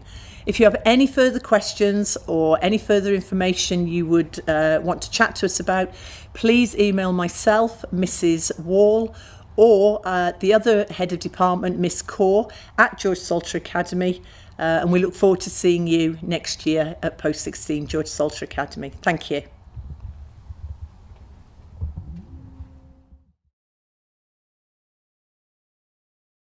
Hi Year 11, I'm Mr Volfel, Head of History here at George Salter Academy, and today I'm here to talk to you about History A-Level. Now, History A-Level is a really great course, and it's a course that opens so many doors. In terms of history, history is an exciting subject that helps us understand the past, which means we can make sense of the world around us. History is also a subject that leads to a multitude of careers. You don't need to become a history teacher. You don't need to be a librarian, you don't need to work in museums. History is a very respected subject which top universities take seriously. It's also a subject that lends itself well to other subjects such as English and law. Many history graduates don't necessarily go on to do careers in history, but instead they do conversion courses into law, into accountancy. Others go and work for the civil service and are policy makers for government. In short, history leaves your options wide open, but it also means people take notice. So why history at George Salter? One of the reasons is our excellent results. Each year we have kids doing well, getting their A's to C. We've only had 1 kid so far not get a C. They've also then gone on to top universities, which, as already mentioned, is where the top recruiters go to find their employees. Now, a little bit more about the topics we do here. There are 3 major components. Firstly, the breadth study. We have a chance to look at the Tudors in a bit more detail, and we can really start to look at the idea of English exceptionalism, why England feels that it needs to be separate from Europe. Secondly, we have a chance to look at the Cold War, the global conflict that raged from 1945 through to 1990 between Russia and America and their allies. And some people would say that the Cold War is still occurring today. In short, if you want to understand what's happening between Russian and American international relations today, you need to know about the Cold War. If you want to understand North Korea, you need to understand the Cold War. And the final bit is your coursework. And in this, you get some choice. You get to investigate a historical controversy. You get to research and then write about it, utilising what different historians have said, and also different sources. Now, history isn't just about what happens here. History is all around us, and we want you to see that. For example, we like to take the kids down to Worcester Cathedral, which ties in with the Tudor module, and also down to Hampton Court in London. I would love to be able to take kids to Berlin, the centre point of the Cold War in Europe, but for that we're going to need a bit of a class. In terms of entry, we have the entry requirements with the grades. For that, you need a grade 5 in your English, and then a grade 5 in either history or geography. We also want you to actually fit in with our course. So we want you to make sure that you are a hard-working student, a student who has an interest in history, and a student who wants to do well. Now that's enough from me. Let's go over to some students who will be able to tell you why they picked history and what they like about it. Hi, I'm Sophie. I currently study history as an A-level, and I do wish to pursue it as a profession, so I want to go into teaching, which is why I'm going to study history and philosophy at university. It's such a good subject, you go into great depth about it, the teachers are amazing, the lessons are really fun. You might not think that they are, but yes, they are. They're amazing, probably the best lessons I have, so if you're looking for something that's fun but also informative, I would definitely suggest studying history. History has been really useful for me because it's helped me to engage quite a range of skills, not only that can be applied within the subject but in wider things as well. So I want to study law, and it's been really useful to be able to engage my ability to be critical and analytical when picking out arguments.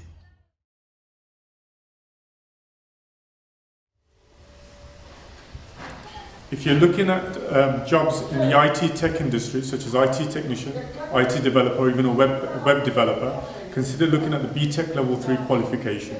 So on that qualification, you do 4 units, 2 internal, 2 external.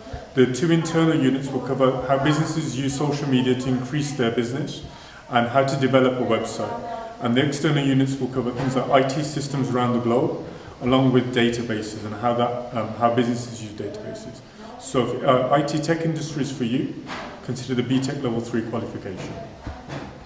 So this is work from our next student done on a bakery, and how this bakery can use social media to increase their revenue and their business. So it consists of an assignment covering how the online community affects the business, the social media policy, what content she could put on, how that would affect the business. So this is another presentation for how social media affects the business. So you can see this candidate's looked into different ways of promoting the business, gone into full details on how this would affect the revenue, what they can do to improve, copyright issues. As you can see, some advertising campaigns done by different businesses. So all in all, a nice interactive piece of work if you're looking into promoting yourself in social media.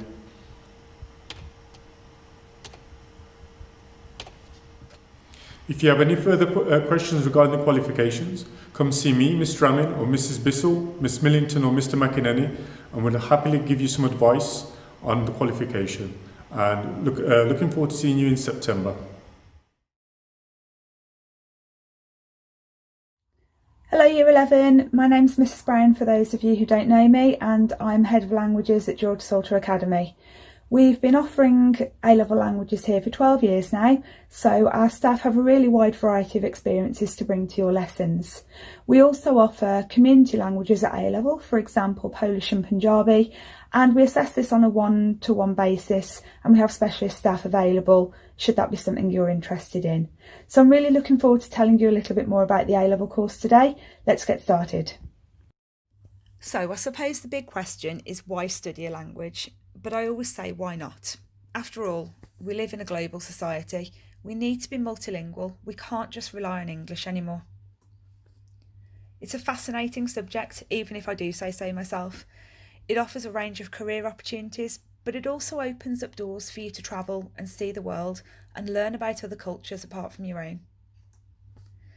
Learning a language is a lifelong process, and it doesn't just stop the moment that you've finished a qualification. Language is constantly evolving and changing to meet our modern day needs. You become more employable by studying a language, and even if your employer doesn't directly require you to use it, the transferable skills that you learn through doing a language are there. Your transferable skills such as good communication, such as problem solving, resilience and memory skills. And did you know that it is scientifically proven to be good for your brain? Studying a language can actively stave off brain diseases such as Alzheimer's and dementia, and there are studies that have been done on this. So some course information. In year 1 you'll study the AS topics which fall under the umbrella of social issues and trends.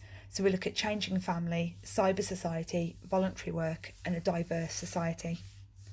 In year 2 we study the A-level topics under the unit umbrella of political and artistic culture, and we look at heritage, music and cinema, political engagement of the youth and immigration.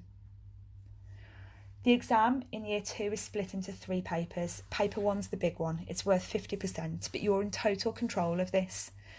You'll be listening, reading and responding to spoken and written passages in the target language, and you have to do translation from target language to English and English to the target language, but like I said, you're in total control of the paper and how long you spend on each section.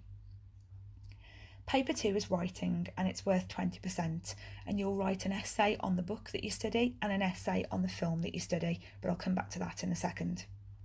And finally, paper 3 is speaking, and this is worth 30%. You'll do an independent research project on an area of your interest, and you will have to engage in a conversation about this with the examiner. You will also do a photocard task, but you'll be quite familiar with the setup of these from GCSE, but obviously it's a little bit more involved to meet the demands of A-level. So, texts and films. You'll study 1 text and 1 film during the course of your A-level, and they are linked culturally and historically to the countries that you learn about. In recent years for French, we have looked at Laine and Kif Kif Demain, both dealing with topics that are very prevalent in society today, such as diversity, immigration and integration. At Spanish in recent years, we have looked at La Casa de Bernarda Alba, which deals historically with the role of women. And also we have looked at the comedy film Ocho Apellidos Vascos, which looks at stereotypes and culture. So career opportunities. Your ability to speak a foreign language is going to help you land a job and get preference over other monolingual candidates. If you know a second language, it really sets you apart. And did you know that on average you can earn between 5 and 20% more than your monolingual competitors? Some of the careers that you can enter using a language are on the board. It's not just limited to teaching or translating.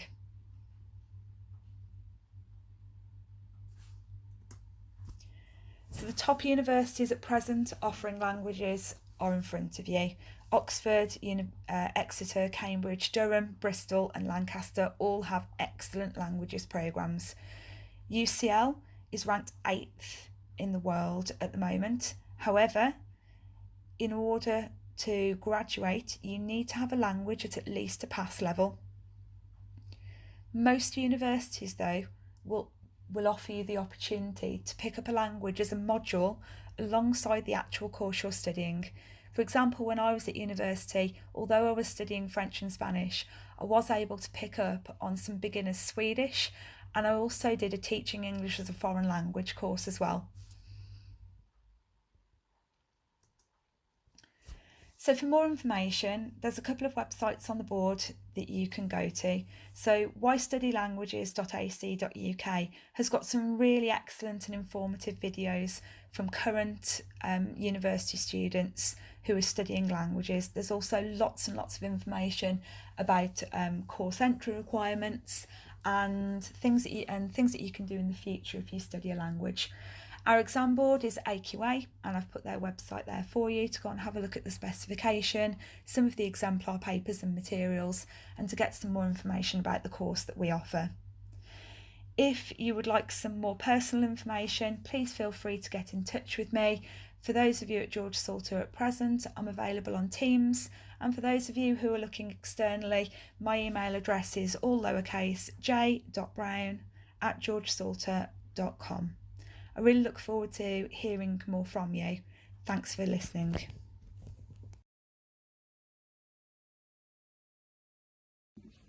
Hi, my name is Megan and I graduated about a year ago from Nottingham University, and there I studied Spanish and TESOL, which is also known as Teaching English to Speakers of Other Languages. And on my year abroad I went to Spain and I did the British Council programme, which is an English language assistant programme, and I did it in the north of Spain, in Galicia, and it was hands down the best year of my life. I got to travel around Spain and Portugal and I loved it. And at the moment I am currently working at TK Maxx, but I plan to go to Madrid, hopefully next year, move to Madrid and continue to teach English and hopefully work in a private English academy. I really love Spanish. Like, the reason why I want to move to Spain is because I feel like all the years I've studied Spanish will go to waste. I'm very passionate about the Spanish language, the culture, and I try to have Spanish influence in every day of my life. I listen to reggaeton and watch Spanish TV shows, and yeah, I still love Spanish, and I'm so glad that I studied it from year 7 all the way till now. So yeah, I hope you do a modern foreign language.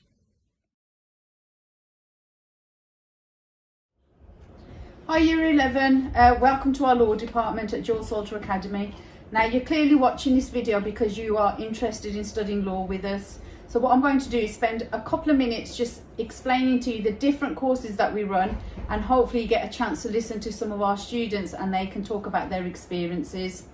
So there are 2 courses that we run. The first one is the A-level law, and within the A-level law you'll study that over the period of 2 years. Within that 2-year study period, you'll study 3 different units.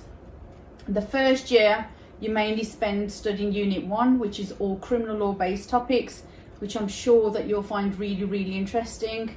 And Unit 2 is all about lawmaking, so how is law made, and also topics such as law of tort, and that is looking at things like personal injury, negligence. The third unit that we also look at is further law, so you'll look at law and morality and also the human rights, which a lot of students find quite interesting.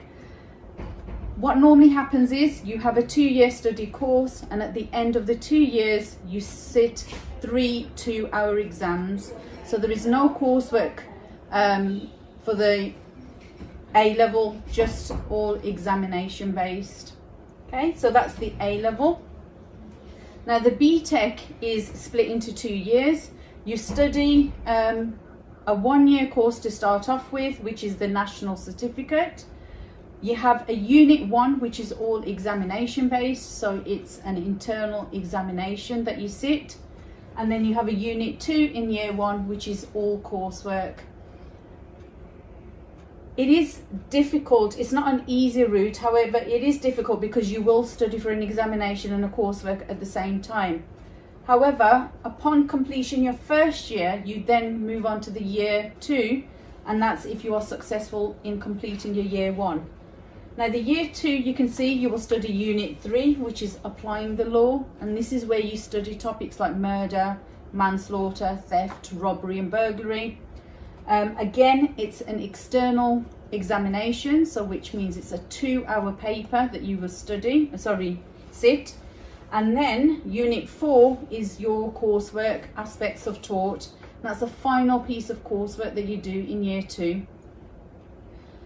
What normally happens is your year 1 and year 2 is combined together, and you walk away with grades such as pass, merit, distinction or distinction star, and you walk away with a qualification in applied law. Now, we do have fantastic results across both the A-level programme and the BTEC applied law, and we would really like you to join our department and give us a try. I'm going to leave it there because I want you to really have a feel of what the subjects are by listening to some of my students. Thank you. Hello, I'm Amise and I'm going to be talking to you about A-level law. In my own personal experience, I've found that no A-level is easy, but as long as you're willing to put the work in from the beginning, you should be able to get the results that you deserve. Personally, in law, I've been working hard from the beginning, so I found my results quite rewarding. The first unit we look at is criminal law, which includes topics such as theft, robbery and burglary and murder. And then we've recently moved on to the law of tort in unit 2, which includes how the law's made and how it's applied in society. We also got to go on to trips last year in the courts in Birmingham, and it was a good experience to see some of the live cases in action and how it's applied. I would recommend this subject if you consider yourself to be a hard-working and dedicated individual. Thank you for listening. Hello, I'm Mrs Willis, one of the A-level maths teachers here at George Salter Academy. I'm going to talk to you about what the A-level maths course consists of and where you can go when you finish doing your A-level maths. So, why should you study A-level maths? It can develop key employability skills, so problem solving, communication, logical reasoning and resilience. It supports lots of other A-level subjects, which I'll go into in more detail on another slide. It leads to versatile qualifications, they're well respected by employers and in higher education. It increases your knowledge and understanding of mathematical concepts and their applications. It's excellent preparation for a wide range of university courses. So, what's covered in A-level maths? A-level or AS level, 66% of the course is pure mathematics, 17% is statistics and 17% is mechanics. What is pure mathematics? It is what you're used to seeing mainly at GCSE. It's all your algebra, some proofs, your trigonometry that you will have done before, calculus, which is new to you, and you've done a little bit of vectors at GCSE. You can see some of the symbols that we use in the diagrams. An example of some pure mathematics, this type of question is the point A and B have coordinates. Find the equation of the circle that has A and B as the diameter. They're the type of questions that you'd be asked to solve. What is statistics? Well, statistics is reaching conclusions from data. At GCSE, you will have done cumulative frequency, estimating the means from group data, any displaying of any data, and sampling techniques, random samples, taking information from a whole population. And we'll use them to find probabilities and to use different distributions. Mechanics is modelling of the world around us, the motion of objects and forces acting on them. We haven't done very much mechanics work in GCSE maths, but in A-level maths you'll do a lot more mechanics along with A-level physics. At GCSE physics you may have done some work on forces. We will do some forces at A-level as well. Here is an example for a golfer hitting a ball along a fairway, and then we look at the projectile of that ball. How is A-level maths examined? We do AQA here at George Salter. There's 3 papers. Each paper's 2 hours in length. We take the papers at the very end of the course. You're allowed to use a calculator on every one of the papers. Paper 1 consists of 100% pure mathematics, paper 2 50% pure and 50% mechanics, and the final paper is 50% pure and 50% statistics. All the papers are equally weighted to your final overall grade. You can just see from this graph that A-level maths has over the years steadily increased. There's been a drop in AS level maths, and that's because of the new 2-year courses that everyone has to now do. As you can see from this, mathematics is the most popular A-level in England, significantly more, followed by psychology, biology and English. Many subjects where it helps. There's maths in physics, a lot in biology, economics, psychology, sociology, a little bit in law, some maths in PE, and in chemistry and geography. So if you do A-level maths, it will support in those other subjects as well. Career opportunities. There's lots of careers that you can do with maths, a whole host of them. You haven't just got to do A-level maths and become a maths teacher, where a lot of people think of. There's lots of careers which require A-level maths. A-level maths and a degree course. These are different degree courses, and it's the percentage of people on those degree courses that have got a maths qualification.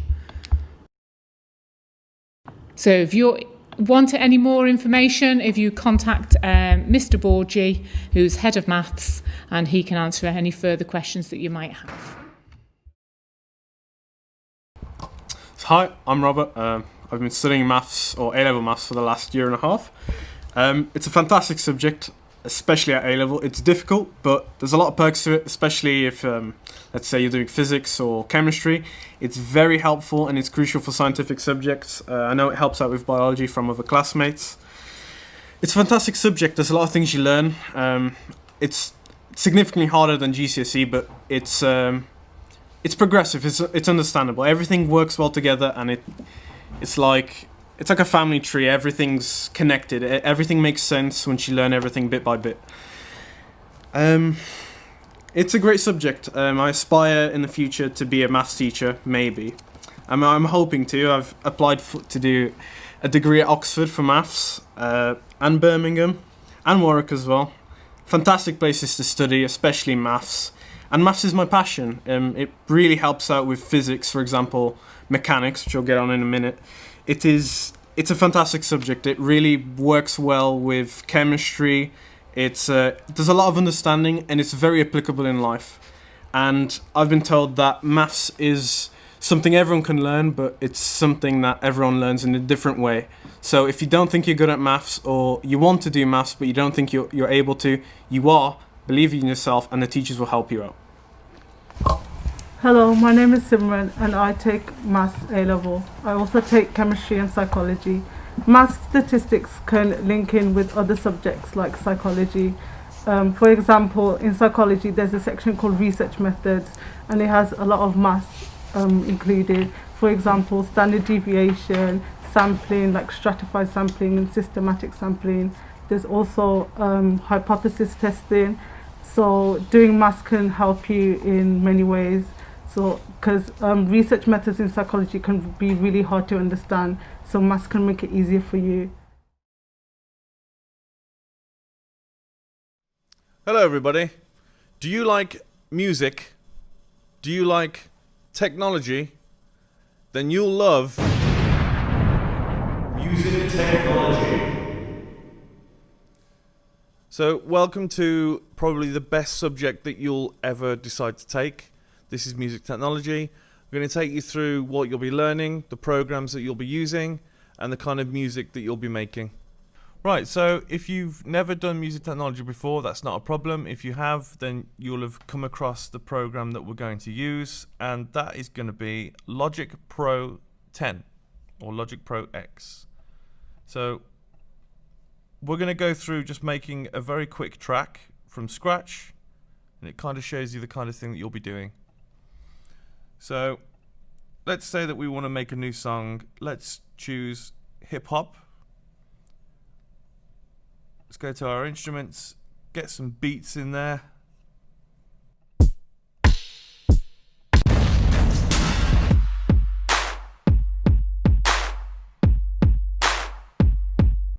So I'm going to use that, I'm going to click that and drag it in. Now I can press play on this track. Right, let's get some bass in there.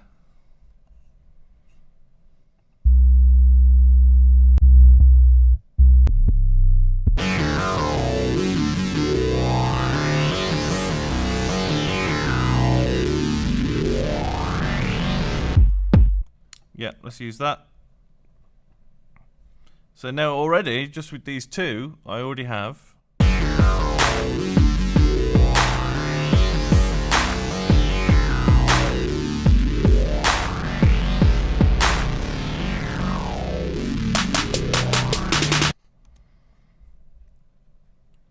So I'm going to make that a little bit longer.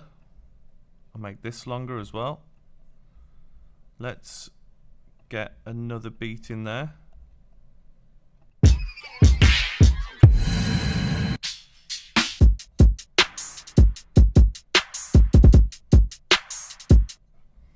And now let's get some synthesizers.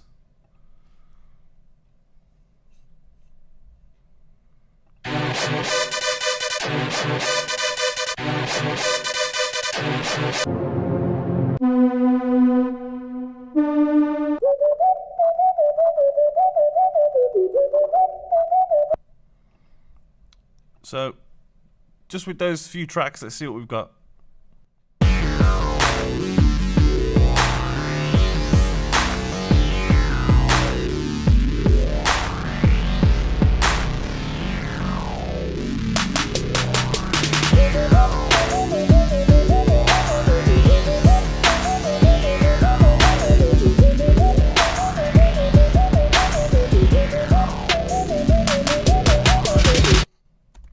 So in the space of maybe, what was that, 3 or 4 minutes, I've made the beginnings of a track. And we'll be going through all of this and what it does and the technology used for it.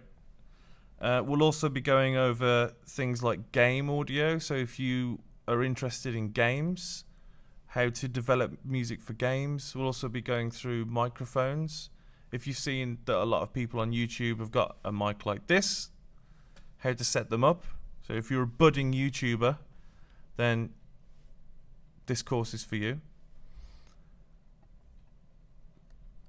The components that we do are split up into 4. So we've got component 1, which is a recording. So we'll take a band into the studio, we'll record them. If you do play an instrument, then you can record yourself.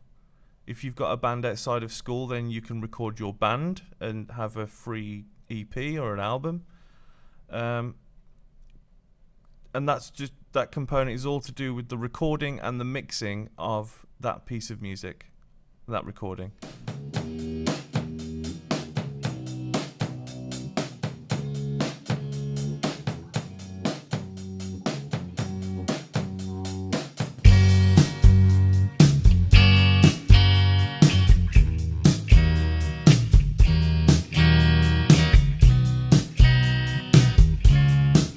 Component 2 is all about composition, so like what I was doing here. So the exam board will give us a brief.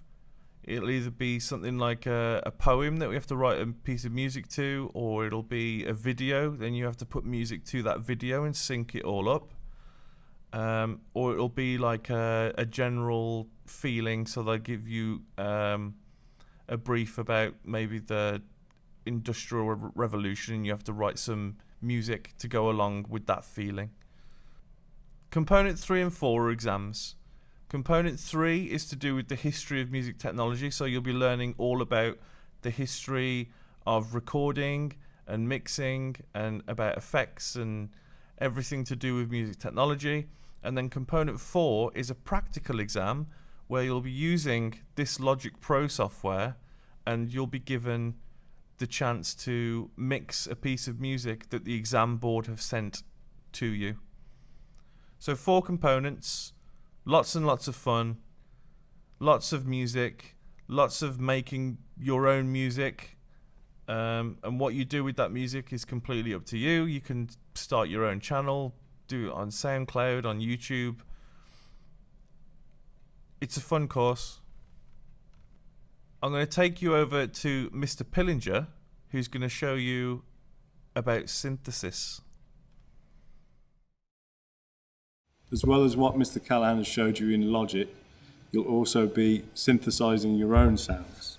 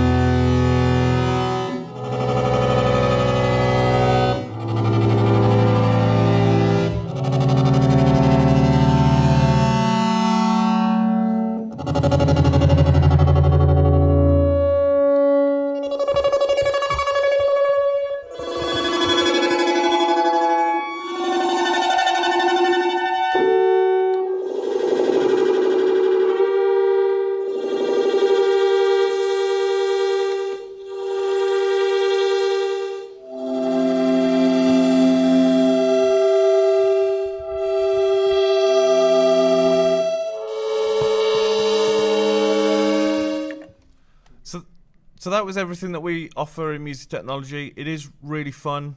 You can make a lot of music. You can learn a lot of things about technology and how that interacts with music. Game development. There's a lot of jobs that you can go into from this course that I will have a list of at the end of this video. I just want to quickly show you a piece of music that a student has made, and this is the kind of things that you can make on the course.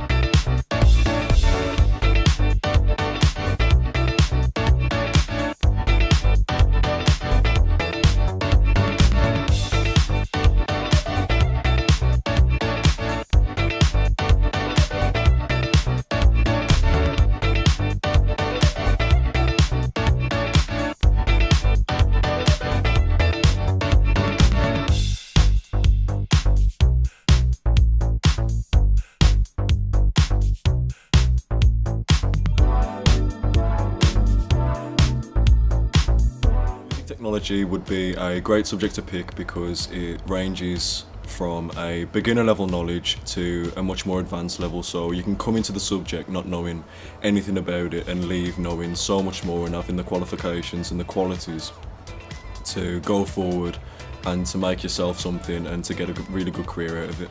You may be thinking like, there's a lot of things to learn, oh no, but don't worry. There are a lot of filters and important moments in history to learn, but you'll go through like 1 or 2 a week, and as this is a 2-year course, you'll get through it, and especially with 2 comedians for teachers. Music technology is fun and entertaining. I like experimenting and exploring the different things I can find in Logic. It's lit, bro.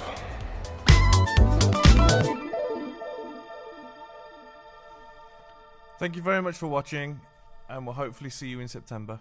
Bye.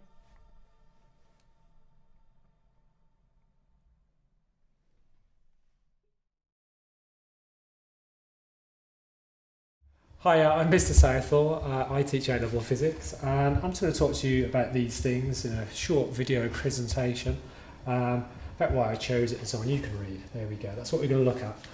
So, why choose physics? Physics is ace. Physics is about how the universe works.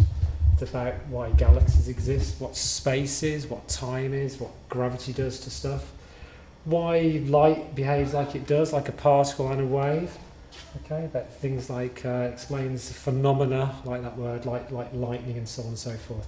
So that's why I like physics. Here you go. Here's our model of the atom, but we now know that neutrons and protons themselves are made up of even smaller bits and pieces. So physics is still happening. Okay. Let's have a look then. So what are the main areas of physics? Here we go. Here's pretty much all of physics, and throughout your physics learning, you'll sort of spiral outwards through various topics. So to talk about A-level pretty much starts with mechanics, which is how things move. That's the first sort of physics that we learnt about. Then moving on to the structure of matter, atoms, particles, and so on and so forth. Moving on as well to expanding ideas about electricity and magnetism and introducing the idea of force fields, which is a very important concept in physics, and waves, which you'd have learnt about in lower school. But we take it a little bit extra, a little bit further. Okay, so that's mainly physics. And how is our course structured? We have core content. So in year 12, we will look at those 5 areas, which I just mentioned before. In year 13, we then expand on those areas. So you may see, for example, that we learn about mechanics in year 12, but then we talk about further mechanics and we extend the ideas. And we extend ideas in electricity and waves. Okay, I'm waffling now. Right, here we go. In year 13, you will get to look at astrophysics. That's the option that we do at our school. And over the course of 2 years, you will carry out at least 12 experiments, but 12 of them for sure, which we will monitor and we'll mark. And that's called the CPAC, which is the Common Practical Assessment Criteria. And it's something that will either pass you or fail you on the end of the course. Which leads me on to, how is it assessed? Okay, it's a tough assessment. It's 3 papers. Paper 1 is about 34%, and that's everything from year 12, plus some more. Paper 2 is all year 13. Paper 3 is optional, and also tests all your practical skills and data analysis, which is quite demanding paper. So that's how we assess it, and that's where your grade comes from.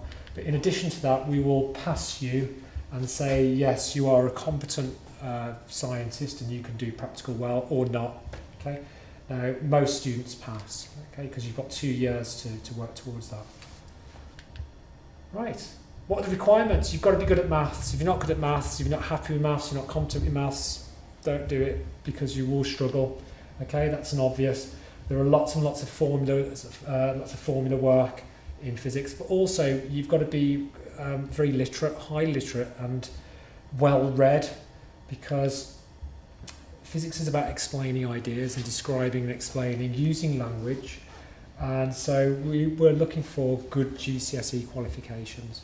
Okay, and also you will need to continue to study A-level maths, otherwise you will struggle a great deal with the content. Okay.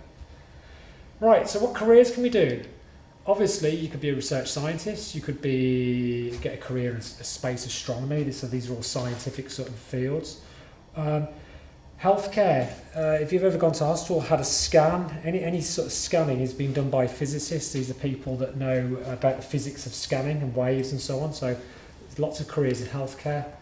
Anything engineering, if you're building anything from a bridge to a jet fighter, you need physicists there because it's all physics. Okay, what else have we got? Energy, this is a renewable energy, but yeah, obviously. Technology, from mobile phones to robots. Okay, you've got physicists in there at all levels. And finally, here we go, I like this one. Finally, astronauts. In the olden days, when I was young, right, it was only ex-military and fighter pilots that got to be astronauts. Nowadays, it's scientists. Okay, so I've missed the boat by about 20 years, I reckon. Sorry about that. But you will have opportunities. Okay. Right. What else? More information. Go to www.aqa.org. this is our code. This is the code for the course, and everything will be on there that you need to know. But if you do want to know anything else, you can email me anytime.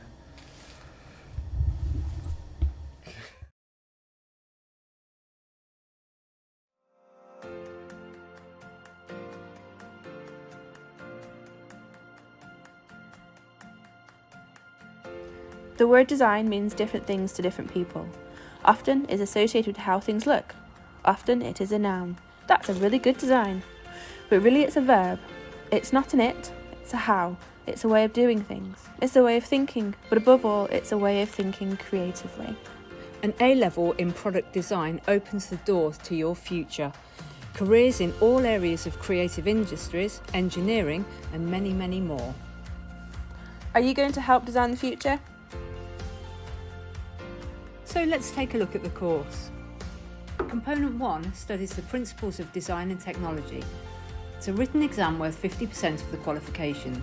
Component 2 is an independent design and make project, a non-examined assessment, which is the other 50% of the qualification. Component 1 focuses on the principles of design and technology. You'll learn about a wide range of different materials and the processes used in product design and manufacture. Designers from the past provide inspiration for present and future designing.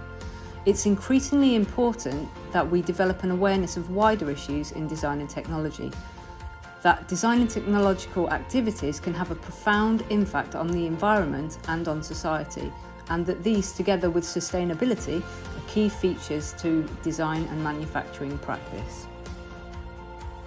The knowledge you gain in Component 1 enables you to complete Component 2 successfully. Component 2 gives you the opportunity to show off your design and making skills. In this project, students will be encouraged to use creativity and imagination when applying iterative design processes to develop and modify designs. You'll design and make prototypes that solve real-world problems, considering the needs, wants and values of others. There are no limits to the project selection beyond time and resources that are available. Your project will consist of a portfolio and a prototype. The world is changing rapidly. Designers, engineers and manufacturers solve real-world problems and drive the future. Where will an A-level in product design lead you?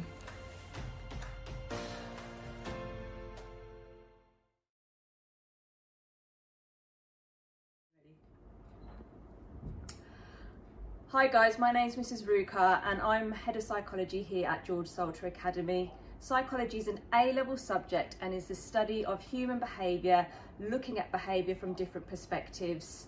In terms of the course, in the first year you will look at many different topics including memory, social influence, attachments, psychopathology and biopsychology. In the second year, we will look at more applied topics of schizophrenia, relationships and forensic psychology. In terms of the department, we're made up of 3 members of staff. All staff members are trained to teach A-level psychology with a psychology degree as a background. In terms of our results, we've consistently been a high-performing department and that's what makes us so popular at A-level. All students pass and we do get a significant number of students who do achieve top grades.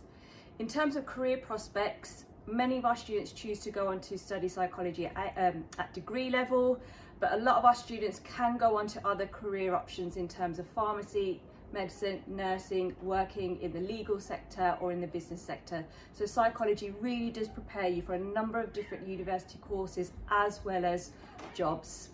If you've got any further questions or you would like to know more information about the Psychology A-level course, please head to our website where you will see more information about the way the course is assessed as well as our entry requirements. Thank you. Welcome to Religious Studies A-Level. The team in RE comprises of 3 members of staff at A-Level. It's Mrs. Hickman, me, Mrs. Hayes and Miss M. Altogether we have 14 years of expertise within RE A-Level and degrees in the relevant subjects. Now, the RE A-Level does not include any coursework and all assessments do take the form of an exam at the end of the 2 years. So what you will cover in this subject is a world religion, and we have chosen to cover Christianity while still learning about philosophical and ethical theories. You will be exploring issues and applying these theories to real-life ethical and philosophical issues. So, some of the questions that we explore within this subject are any actions ever justified? Can anybody experience God? Is our conscience God-given? So as you can see, some of these questions have many debates and philosophical meanings to them. So number of lessons, so you will have 6 50-minute periods of RE per week, and these usually take the form of 3 double lessons. So this year it's a double on a Monday, double on a Wednesday and double on a Friday. So you will sit 2 papers. So the first paper is 3 hours long, and it's philosophy of religion and ethics, and it has 100 marks, so it's split into 2. So philosophy has 50 marks and ethics has 50 marks. And the other paper is religion and dialogues, which is also 3 hours long, and it also has 100 marks. Don't worry, there are no exams in year 12 and there's no coursework, everything's in year 13, so you'll be well prepared for your exams. So last year, all of our students went on to university to study subjects that are linked to religious education, philosophy and ethics. So these are the careers that you can get into, and RE is going to help with those careers. So for example, police, civil service, law, because you debate a lot. So you know it enhances your debate skills and communication skills, which these careers you will need for those careers. So for example, teaching would be one of them. So I myself studied ethics and philosophy 5 years ago, and it has really helped me with the other A levels and obviously at university. So if you have any questions, please email Mrs. Hayes. Here's her email, and hope to see you in September. Yes, and this is what our students have got to say about it. I picked RE because I enjoyed doing it at GSA, and I like learning about abortion, euthanasia and embryo research. I chose RE because I feel like it's going to be beneficial in my future, as it will help with jobs such as being a doctor, lawyer or teacher. I chose RE because I enjoy debating.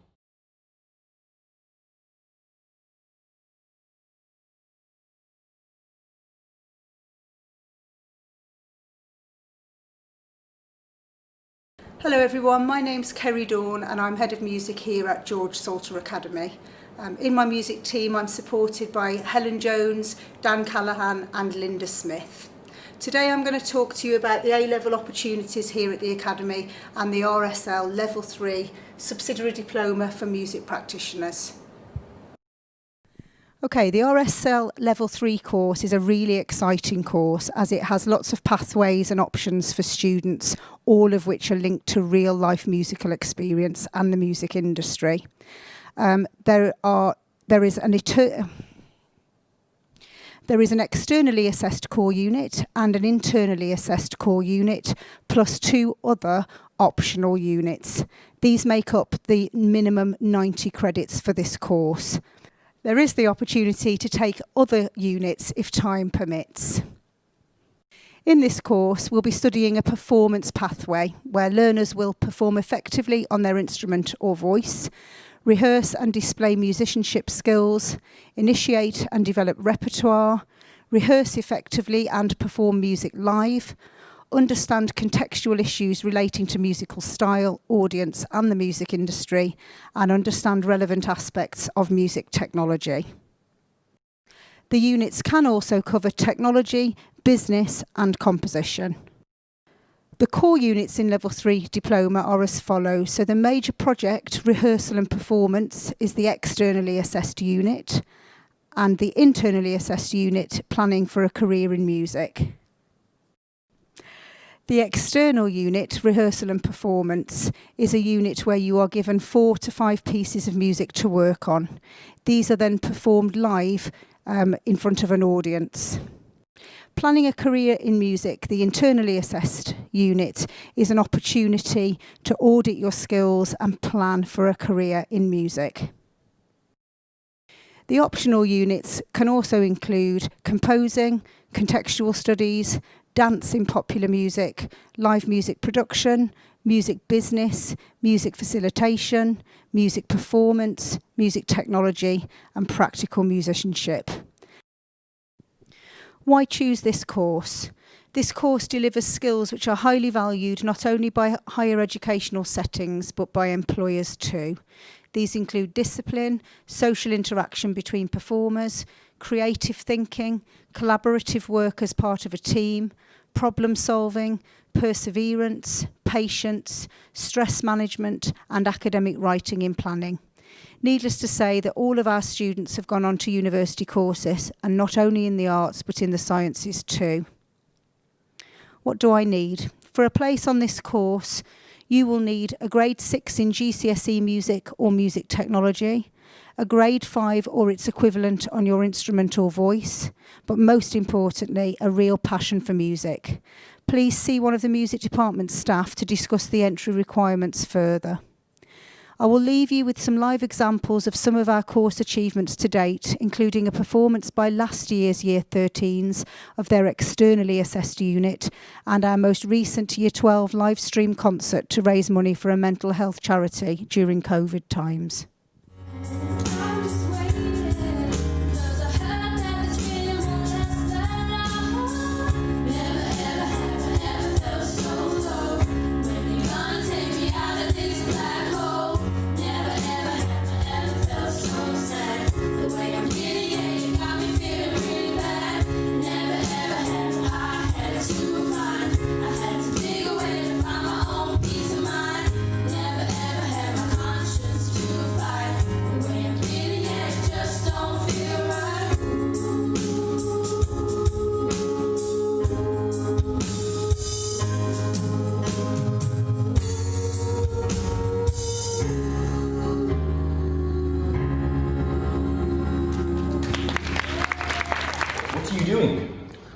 Hello, Bevan.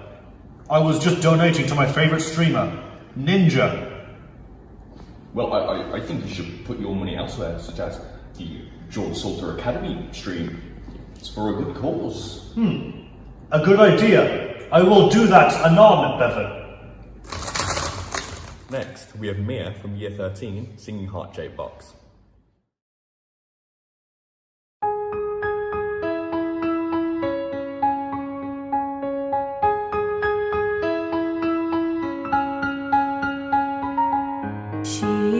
Me like the Pisces when I'm weak. I've been locked inside your heart-shaped box for weeks. I've been drawn into your magnetar trap. Thank you very much for watching and listening, and we very much look forward to working with you in September.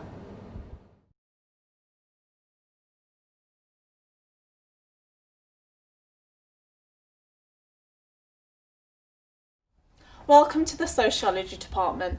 Those of you for who sociology is a new subject, sociology, the study of human behaviour and how it develops and is influenced in different societies. We study and explore questions such as, why do middle class students outperform working class students at every stage of education, and how does educational policy affect this? We also look at what are the gender roles within a family and has this changed over time? What is the role of religion in the 21st century? Why do ethnic minorities appear more on criminal statistics but also that of rates of victimisation? If any of these questions are of intrigue to you, then sociology might be the subject for you. In Year 12, you learn about 3 different units. You learn about families and households, education system, and research methods. This includes learning about sociologists, how they conduct research. In Year 13, we study our unit on crime and deviance. We also study beliefs in society. In addition to that, we learn about sociological theories and methods. Here at Salter 6, we study the AQA specification of Sociology A-level. For this, at the end of the 2 years, you will sit 3 exams, which are 2 hours each. These comprise of a combination of short answer questions, but chiefly essays. Now, in order to tackle those essays, you need a good level of English and grammar in order to cope with the demands of essay writing. You also need to have an inquisitive mind and also be prepared to bring your opinions to the table in debates and discussions in class, and also research around topics. And finally, with any other A-level, you would need commitment and dedication. Sociology is ideal for anyone who wants to work with people. This is because sociology gives you a grasp of people from different socio-economic backgrounds and different classes. This is ideal for anyone who wants to go into healthcare, in teaching, civil and legal services, and so many more career paths. I personally am pursuing a degree in pharmacy, and I've chosen sociology as a subject to study because it will give me a true understanding of the people I'll be working with and the patients and customers I'll be seeing on a day-to-day basis. A particularly memorable lesson I had in sociology was when we had to perform role plays for specific case studies in the education unit. It was really funny, but it also enabled me to learn about the labelling process some students undergo in education, which then leads to them achieving or underachieving. Why did you pick sociology as an A-level subject? I chose sociology as an A-level subject because I'm interested on how society has changed over the years. Why did you pick sociology as an A-level subject? I picked it as an A-level subject because I already studied it at GSA. I just found it so interesting because it answers so much questions about society as to why girls do better at schools, why we have to go to school to work, and I just find it all interesting, and you should too. In this information, as you can see, instrumental and expressive roles. There are essentially two roles in the household. Instrumental is a role taken by the males. They are considered to be the breadwinners, the ones who go outside, who get the money, who do the paid work. Whereas expressive role is the one conducted by the females at home. It's expressive, where they're expressing emotions, they're looking after everyone else around them, such as their children, their husband, they're doing the household duties, they're expressing care for their husband within the household, whereas the man is conducting the role and fulfilling his duty outside of the house. These are our two different roles, instrumental and expressive. However, times have changed since then, where we don't really look into our house as instrumental or expressive. We know that time has become equal, families have become more equal, where we take part in both roles. We hope to see you here in September.